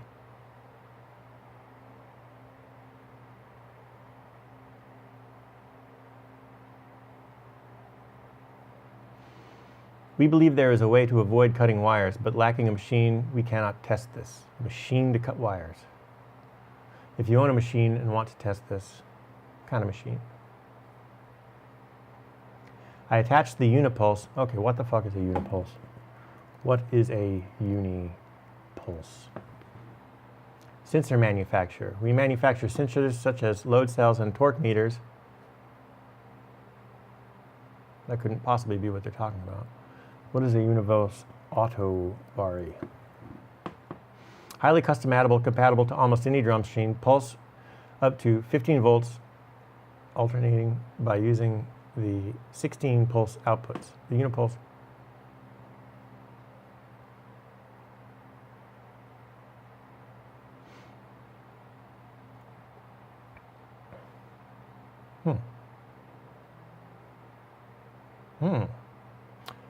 Yes. Okay.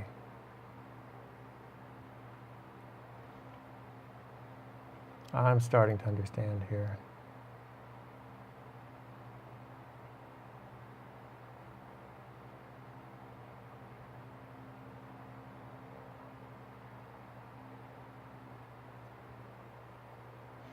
Let's watch some YouTube videos of it in action. Unipulse drum machine.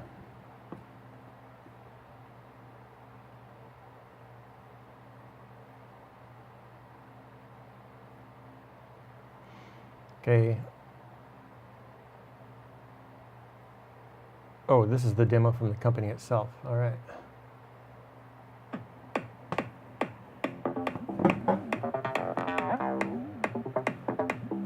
The upgrades for British synthesizers, such as the Poly 6, Poly 61, Mono Poly, Juno 660, and SH101. These upgrades usually implement MIDI, but a lot of additional features as well, such as a sequencer, chord memory. Our newest product, which will be released 7th of April, is a usuals with an vintage FR3. and it's modified with our Unipulse MIDI interface.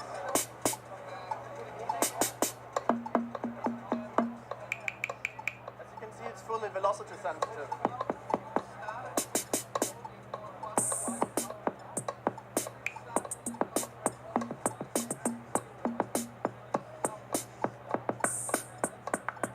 One audience is synth technicians who get asked to implement MIDI. That's cool. I was thinking of doing the same thing with CV outputs on the back. But then I thought it kind of defeats the purpose of the AUTO-VARI. It removes both the auto and the VARI from the AUTO-VARI. And then no 64 either. It would just be a shitty sounding drum machine. Yeah, it's the auto and the VARI that really make it the AUTO-VARI. Very cool, though. But let's see if reading the documentation that people have written here, if we can somehow learn something about the circuit and this weird little IC. So, thank you. Very interesting.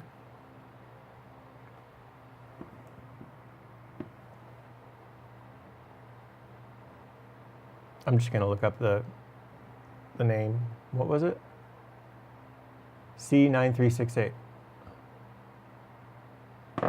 C9368. Nothing.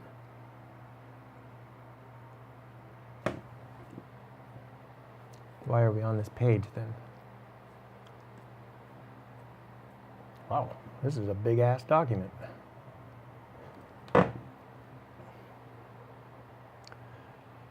Lookalikes aren't that simple.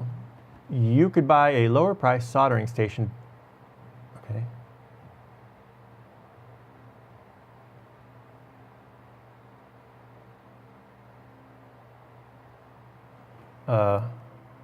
AUTO-VARI? No. AUTO-VARI? What about just VARI? What about 64? VARI 64. VARI 64. Wild goose chase. Trigger outputs. What about this? Fine. C9368. 9368. How about this? Damn.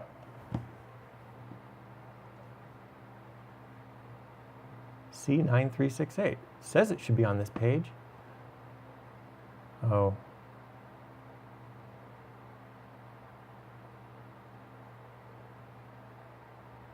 Yeah, C9368. Oh, Journal of Neuroscience? Son of a bitch.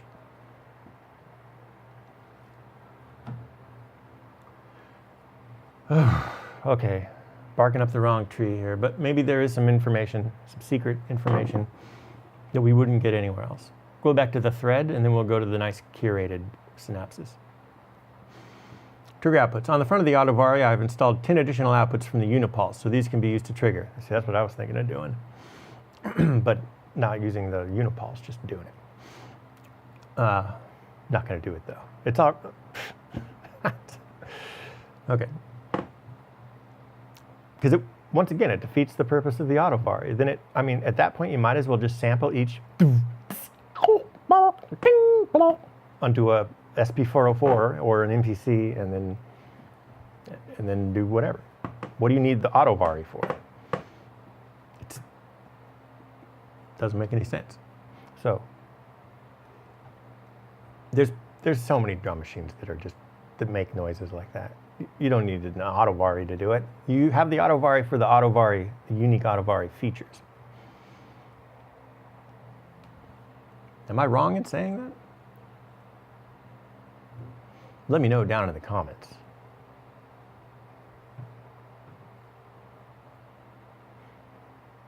Oh, sorry. Oh, it's fucking up. Okay, small connections to two Butech voice board trigger points. Bass drum trigger. Differs from the drawing. Has to be a bass drum. Brush has no wire in the connector. Low frequency output. Separate output for the low frequency content. I wish I could find what that chip is. It's got to just be a drop-in replacement.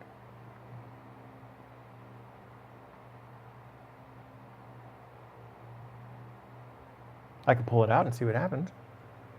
I think a better idea would be, yeah, to pull it out, but then probe it. Probe it. Because I don't know if the problem is on the outputs, just like on the output circuit, like one wire's loose on the output circuit. If it's making those high frequency noises, I should really probe it. But let's read through the manual first. What do you say? And then we'll call it a night. I think that'll be a nice place to end it. Okay. Easy and a must do. I found the resistors by poking with, sorry, what's he doing?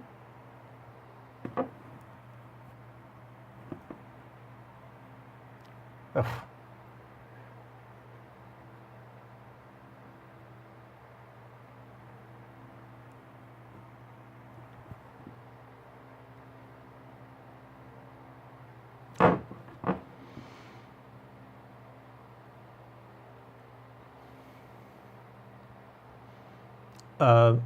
Separate output for the low frequency content. Main output contains both high and low content. The balance pot located on the back is moved to the front. From here, the balance can be set to only high frequency content. Okay, so left is the high frequency. Right is bass. Low, not bass, low. Pitch mods, easy and a must do. I found the resist pitch mods. What are they? It's just a little description of what you're talking about. On the message board that we were just reading, then it's fine to not define the nouns that you're discussing. But in something like this, nobody's going to know what the hell you're talking about. What pitch mods?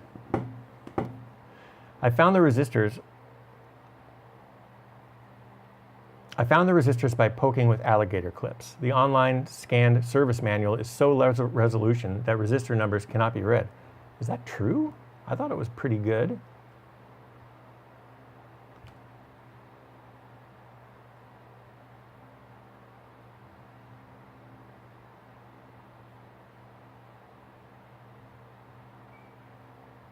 I don't know, man. This is pretty readable.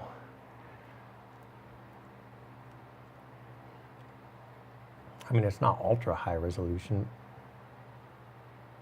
Was he talking about these? You can kind of infer what they are. R21, right? And if you think that might not be R21,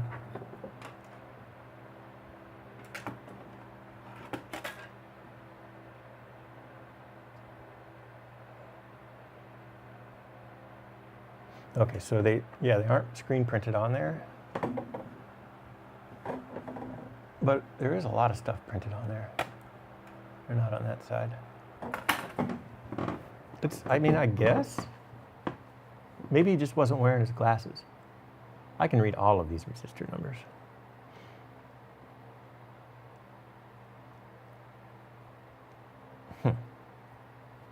Maybe he was looking at it on his phone. It's really hard to read shit on telephones. I don't know why they've become the go-to standard for reading stuff. I can read all of this stuff. Okay, take the glasses off and see what happens.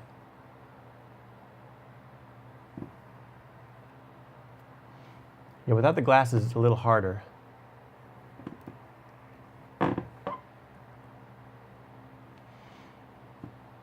Bass drum, replace R4 with a pot?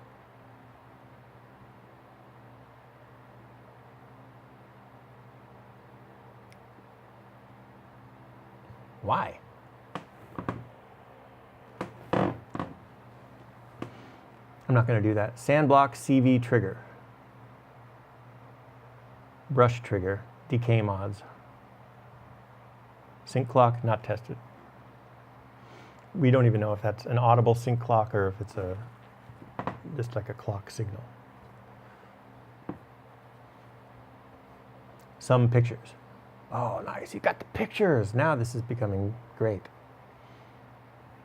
perfect. Listen, drilling, you might think that that looks sloppy, but drilling straight holes it takes practice. Someone who does through holes on Telecasters and stuff, it is kind of a pain. Once you figure out the trick, though, it's all about just taking your time. Damn, it's already a rat's nest.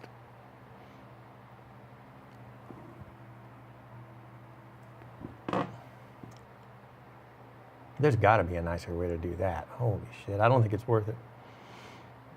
Because the next guy that gets it, that doesn't want that thing, is going to have to undo it. It says me. I don't know, it's already got a billion wires in there. That's pretty cool, though. He did it. He got the thing done. Note, this is only for the AUTO-VARI 64 Mark I boards. AUTO-VARI Mark II is a redesigned unit.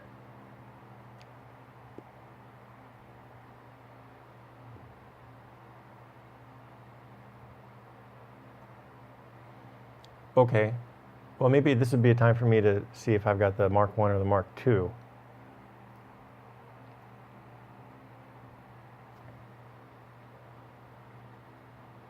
This guy's got the Mark I. Let's compare. Oof.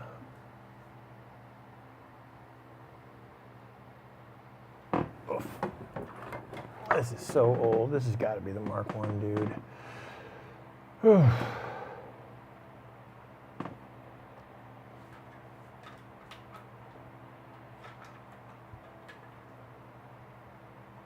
This is the orientation of the picture.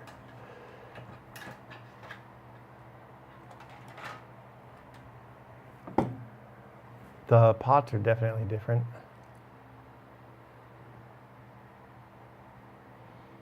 So there are internal trim pots.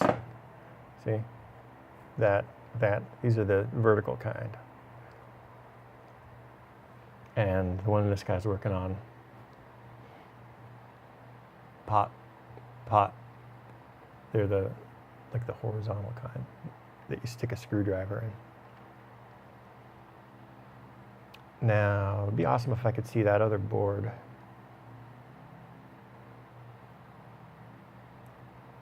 It's upside down. Wonderful.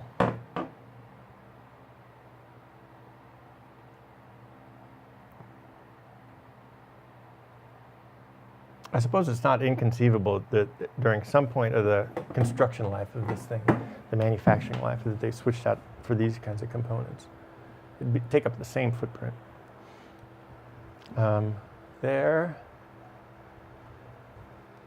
This is the same in the same place. Same. Like they're different branded components, but they're in the same places. The screen printing is all the same. I'm going to say I got the Rev 1, or Mark 1, sorry.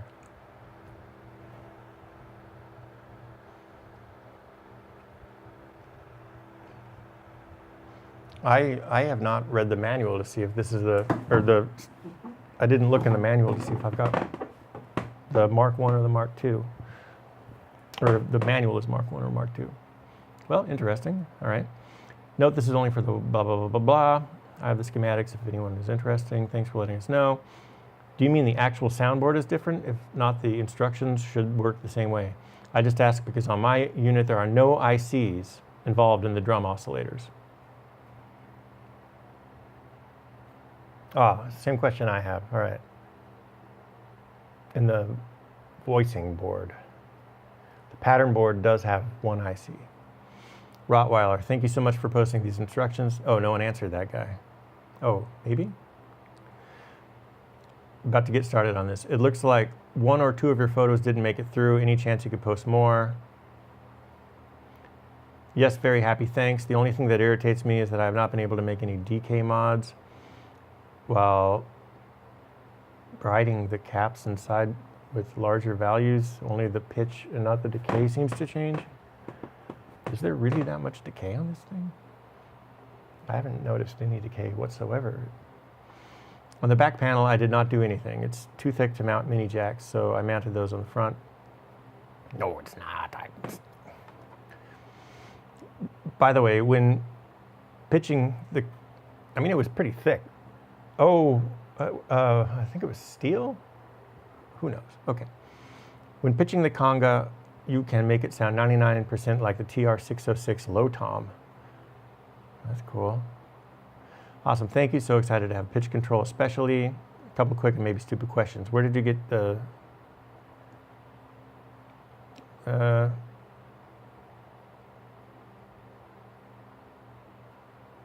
oh, he's got a picture of the Mark II from Reverb.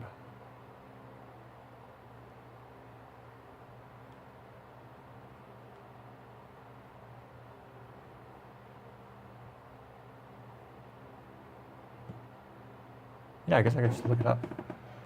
Hammond AUTO-VARI 62, Mark II.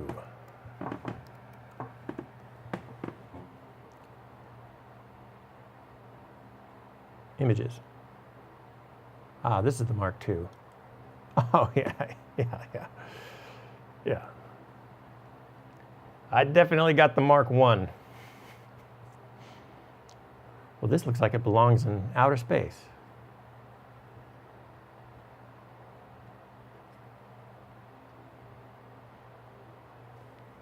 Oh, he's got... Nice.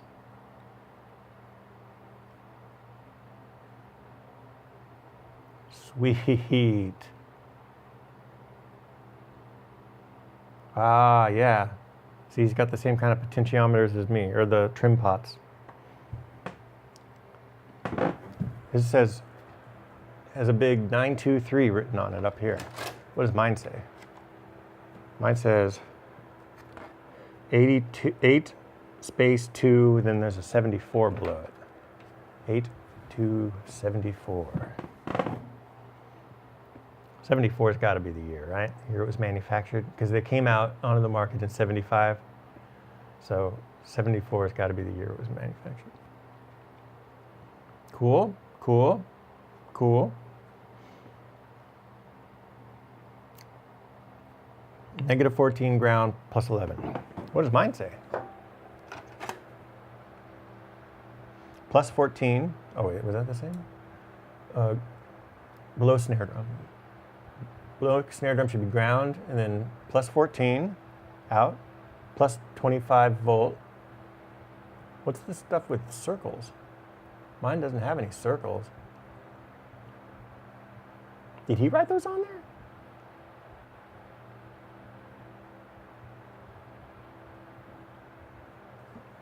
Huh. Mine might be OG. It certainly is O, anyway. For some reason, I can't get image embedding to work.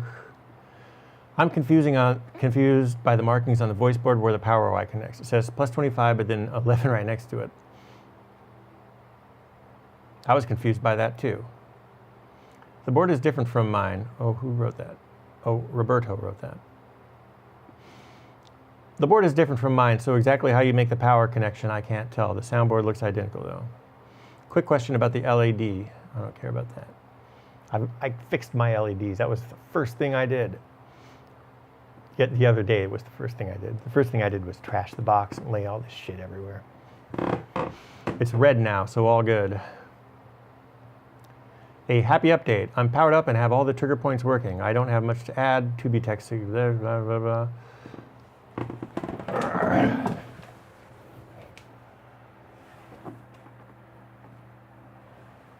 China marker. I've been looking for that. Ow. Ooh. Oh, I broke my finger about a month ago and I think I just tweaked it.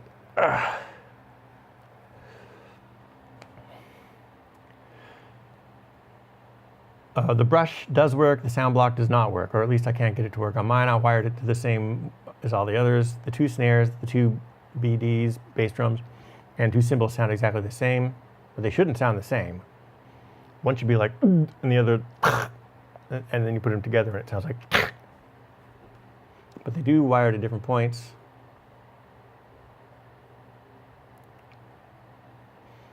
The AUTO-VARI. Automatic variation. information. Oh, I might be able to use these to fix the wiring on mine. That's good. I'm going to click on this. Nope. Nope.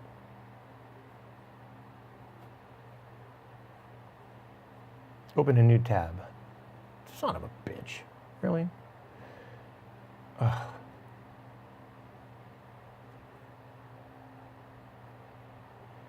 And, oops, that ain't what I wanted. How do you right click without a mouse? There.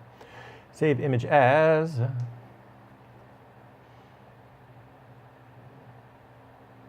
It might be desktop, Columbia, Luthery, projects, 2024, AUTO-VARI 64. Yeah, boom.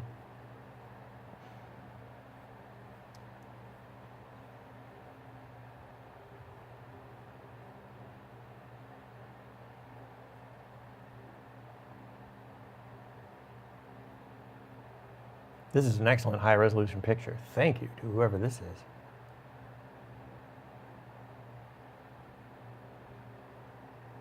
Oh, you can see everything. All of these wires fell off on mine. Oh, damn it. Oh, sorry. I'm sorry, guys. Okay. These are the high-resolution pictures I'm looking at. And these wires right here, I was actually kind of intimidated by that part because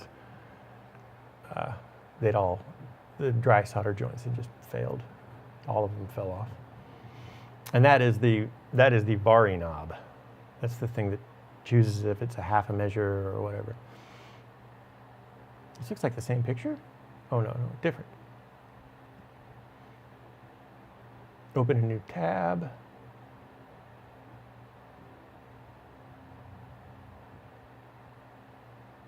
Oh, this is massive.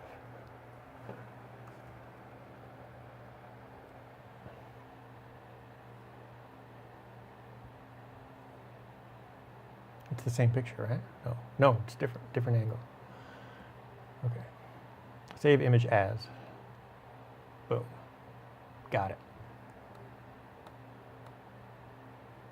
Oh. Blowing it. Cool. Thank you to these guys for posting these pictures. Wonderful. Congratulations. Happy to see it work.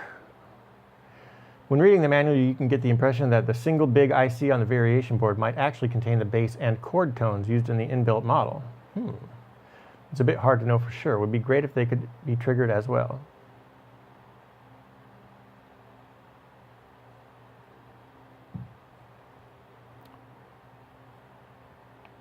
I was curious about that. It looked like the chip might have that. Let's go back to the manual and read it again.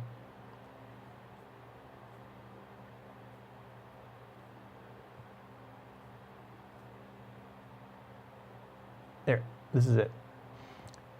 The 379 board contains the 430 custom rhythm IC, which is basically the heart of the AUTO-VARI. This IC has a programmable pattern memory, 16 direct current controlled pattern inputs, 12 outputs for 11 voices, and 1 auto accompaniment signal.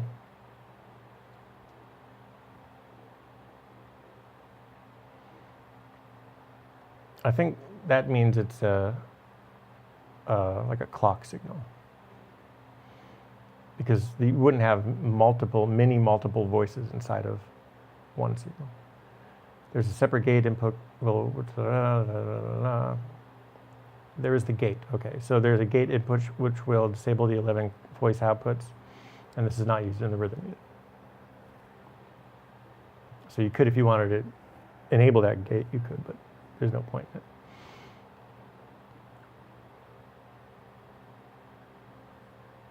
All right, so no, that thing doesn't have any kind of voicing inside of it. Also, that's the IC is on the pattern board, not the voicing board.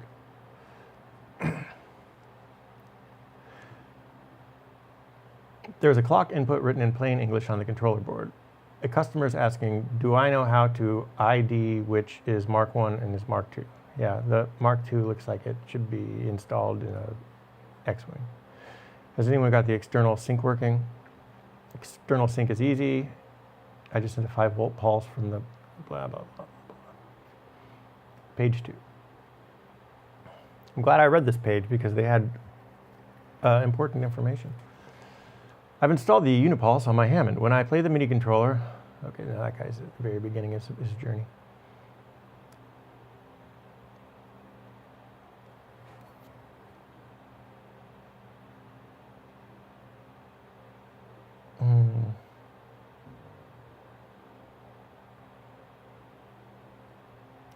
Okay, that was interesting. Now let's see if this dude, I think this is written by one of the people in that message board. So let's see if there's any new information. What do you want to bet it's the Rockweiler guy? Oh no, this is Tubutech. This is the company that makes the thing.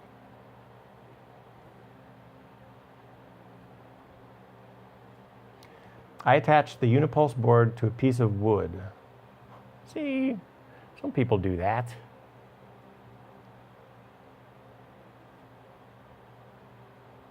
Oh, this is copied directly out of that message board. Yeah. This is an even better quality version of that.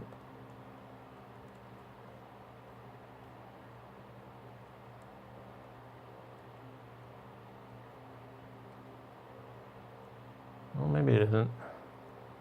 I don't know. Some parts of it seem better, some parts of it don't. All right.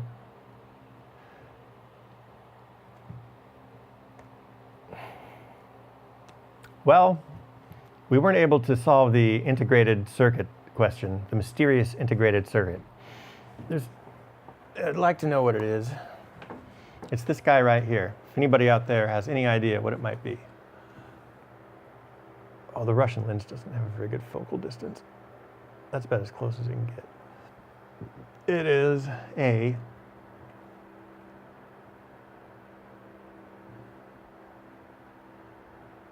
man, I've got zero coordination.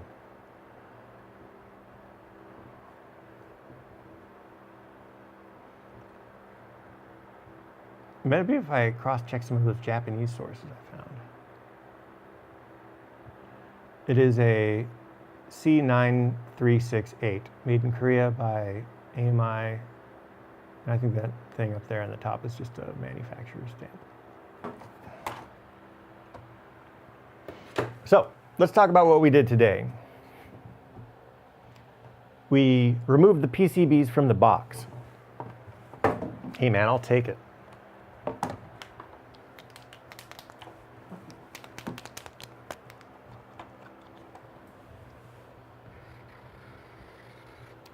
Boom! We did not fix the high frequency sounds. We didn't fix the ABCD lights. You know, we barely even cleaned it. We cleaned one board. And we did investigate the IC, but we didn't find the solution. Let's add something else. 5. Rewire the variation switch, the measure switch. What do they call it? They gave it a name.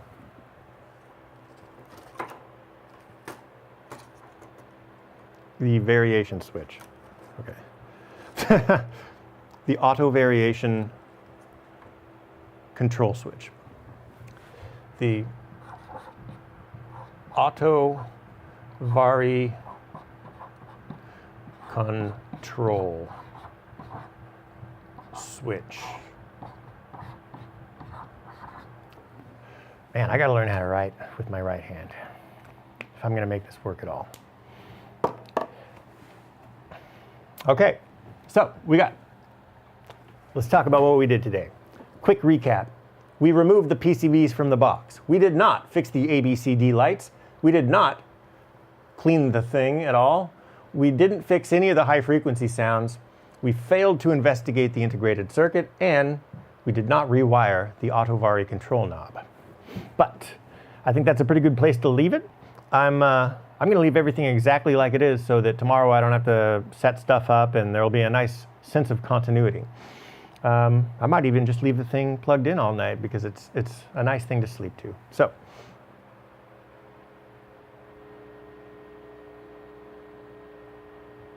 Oh, that's right. I unplugged everything. All right. Have a good night.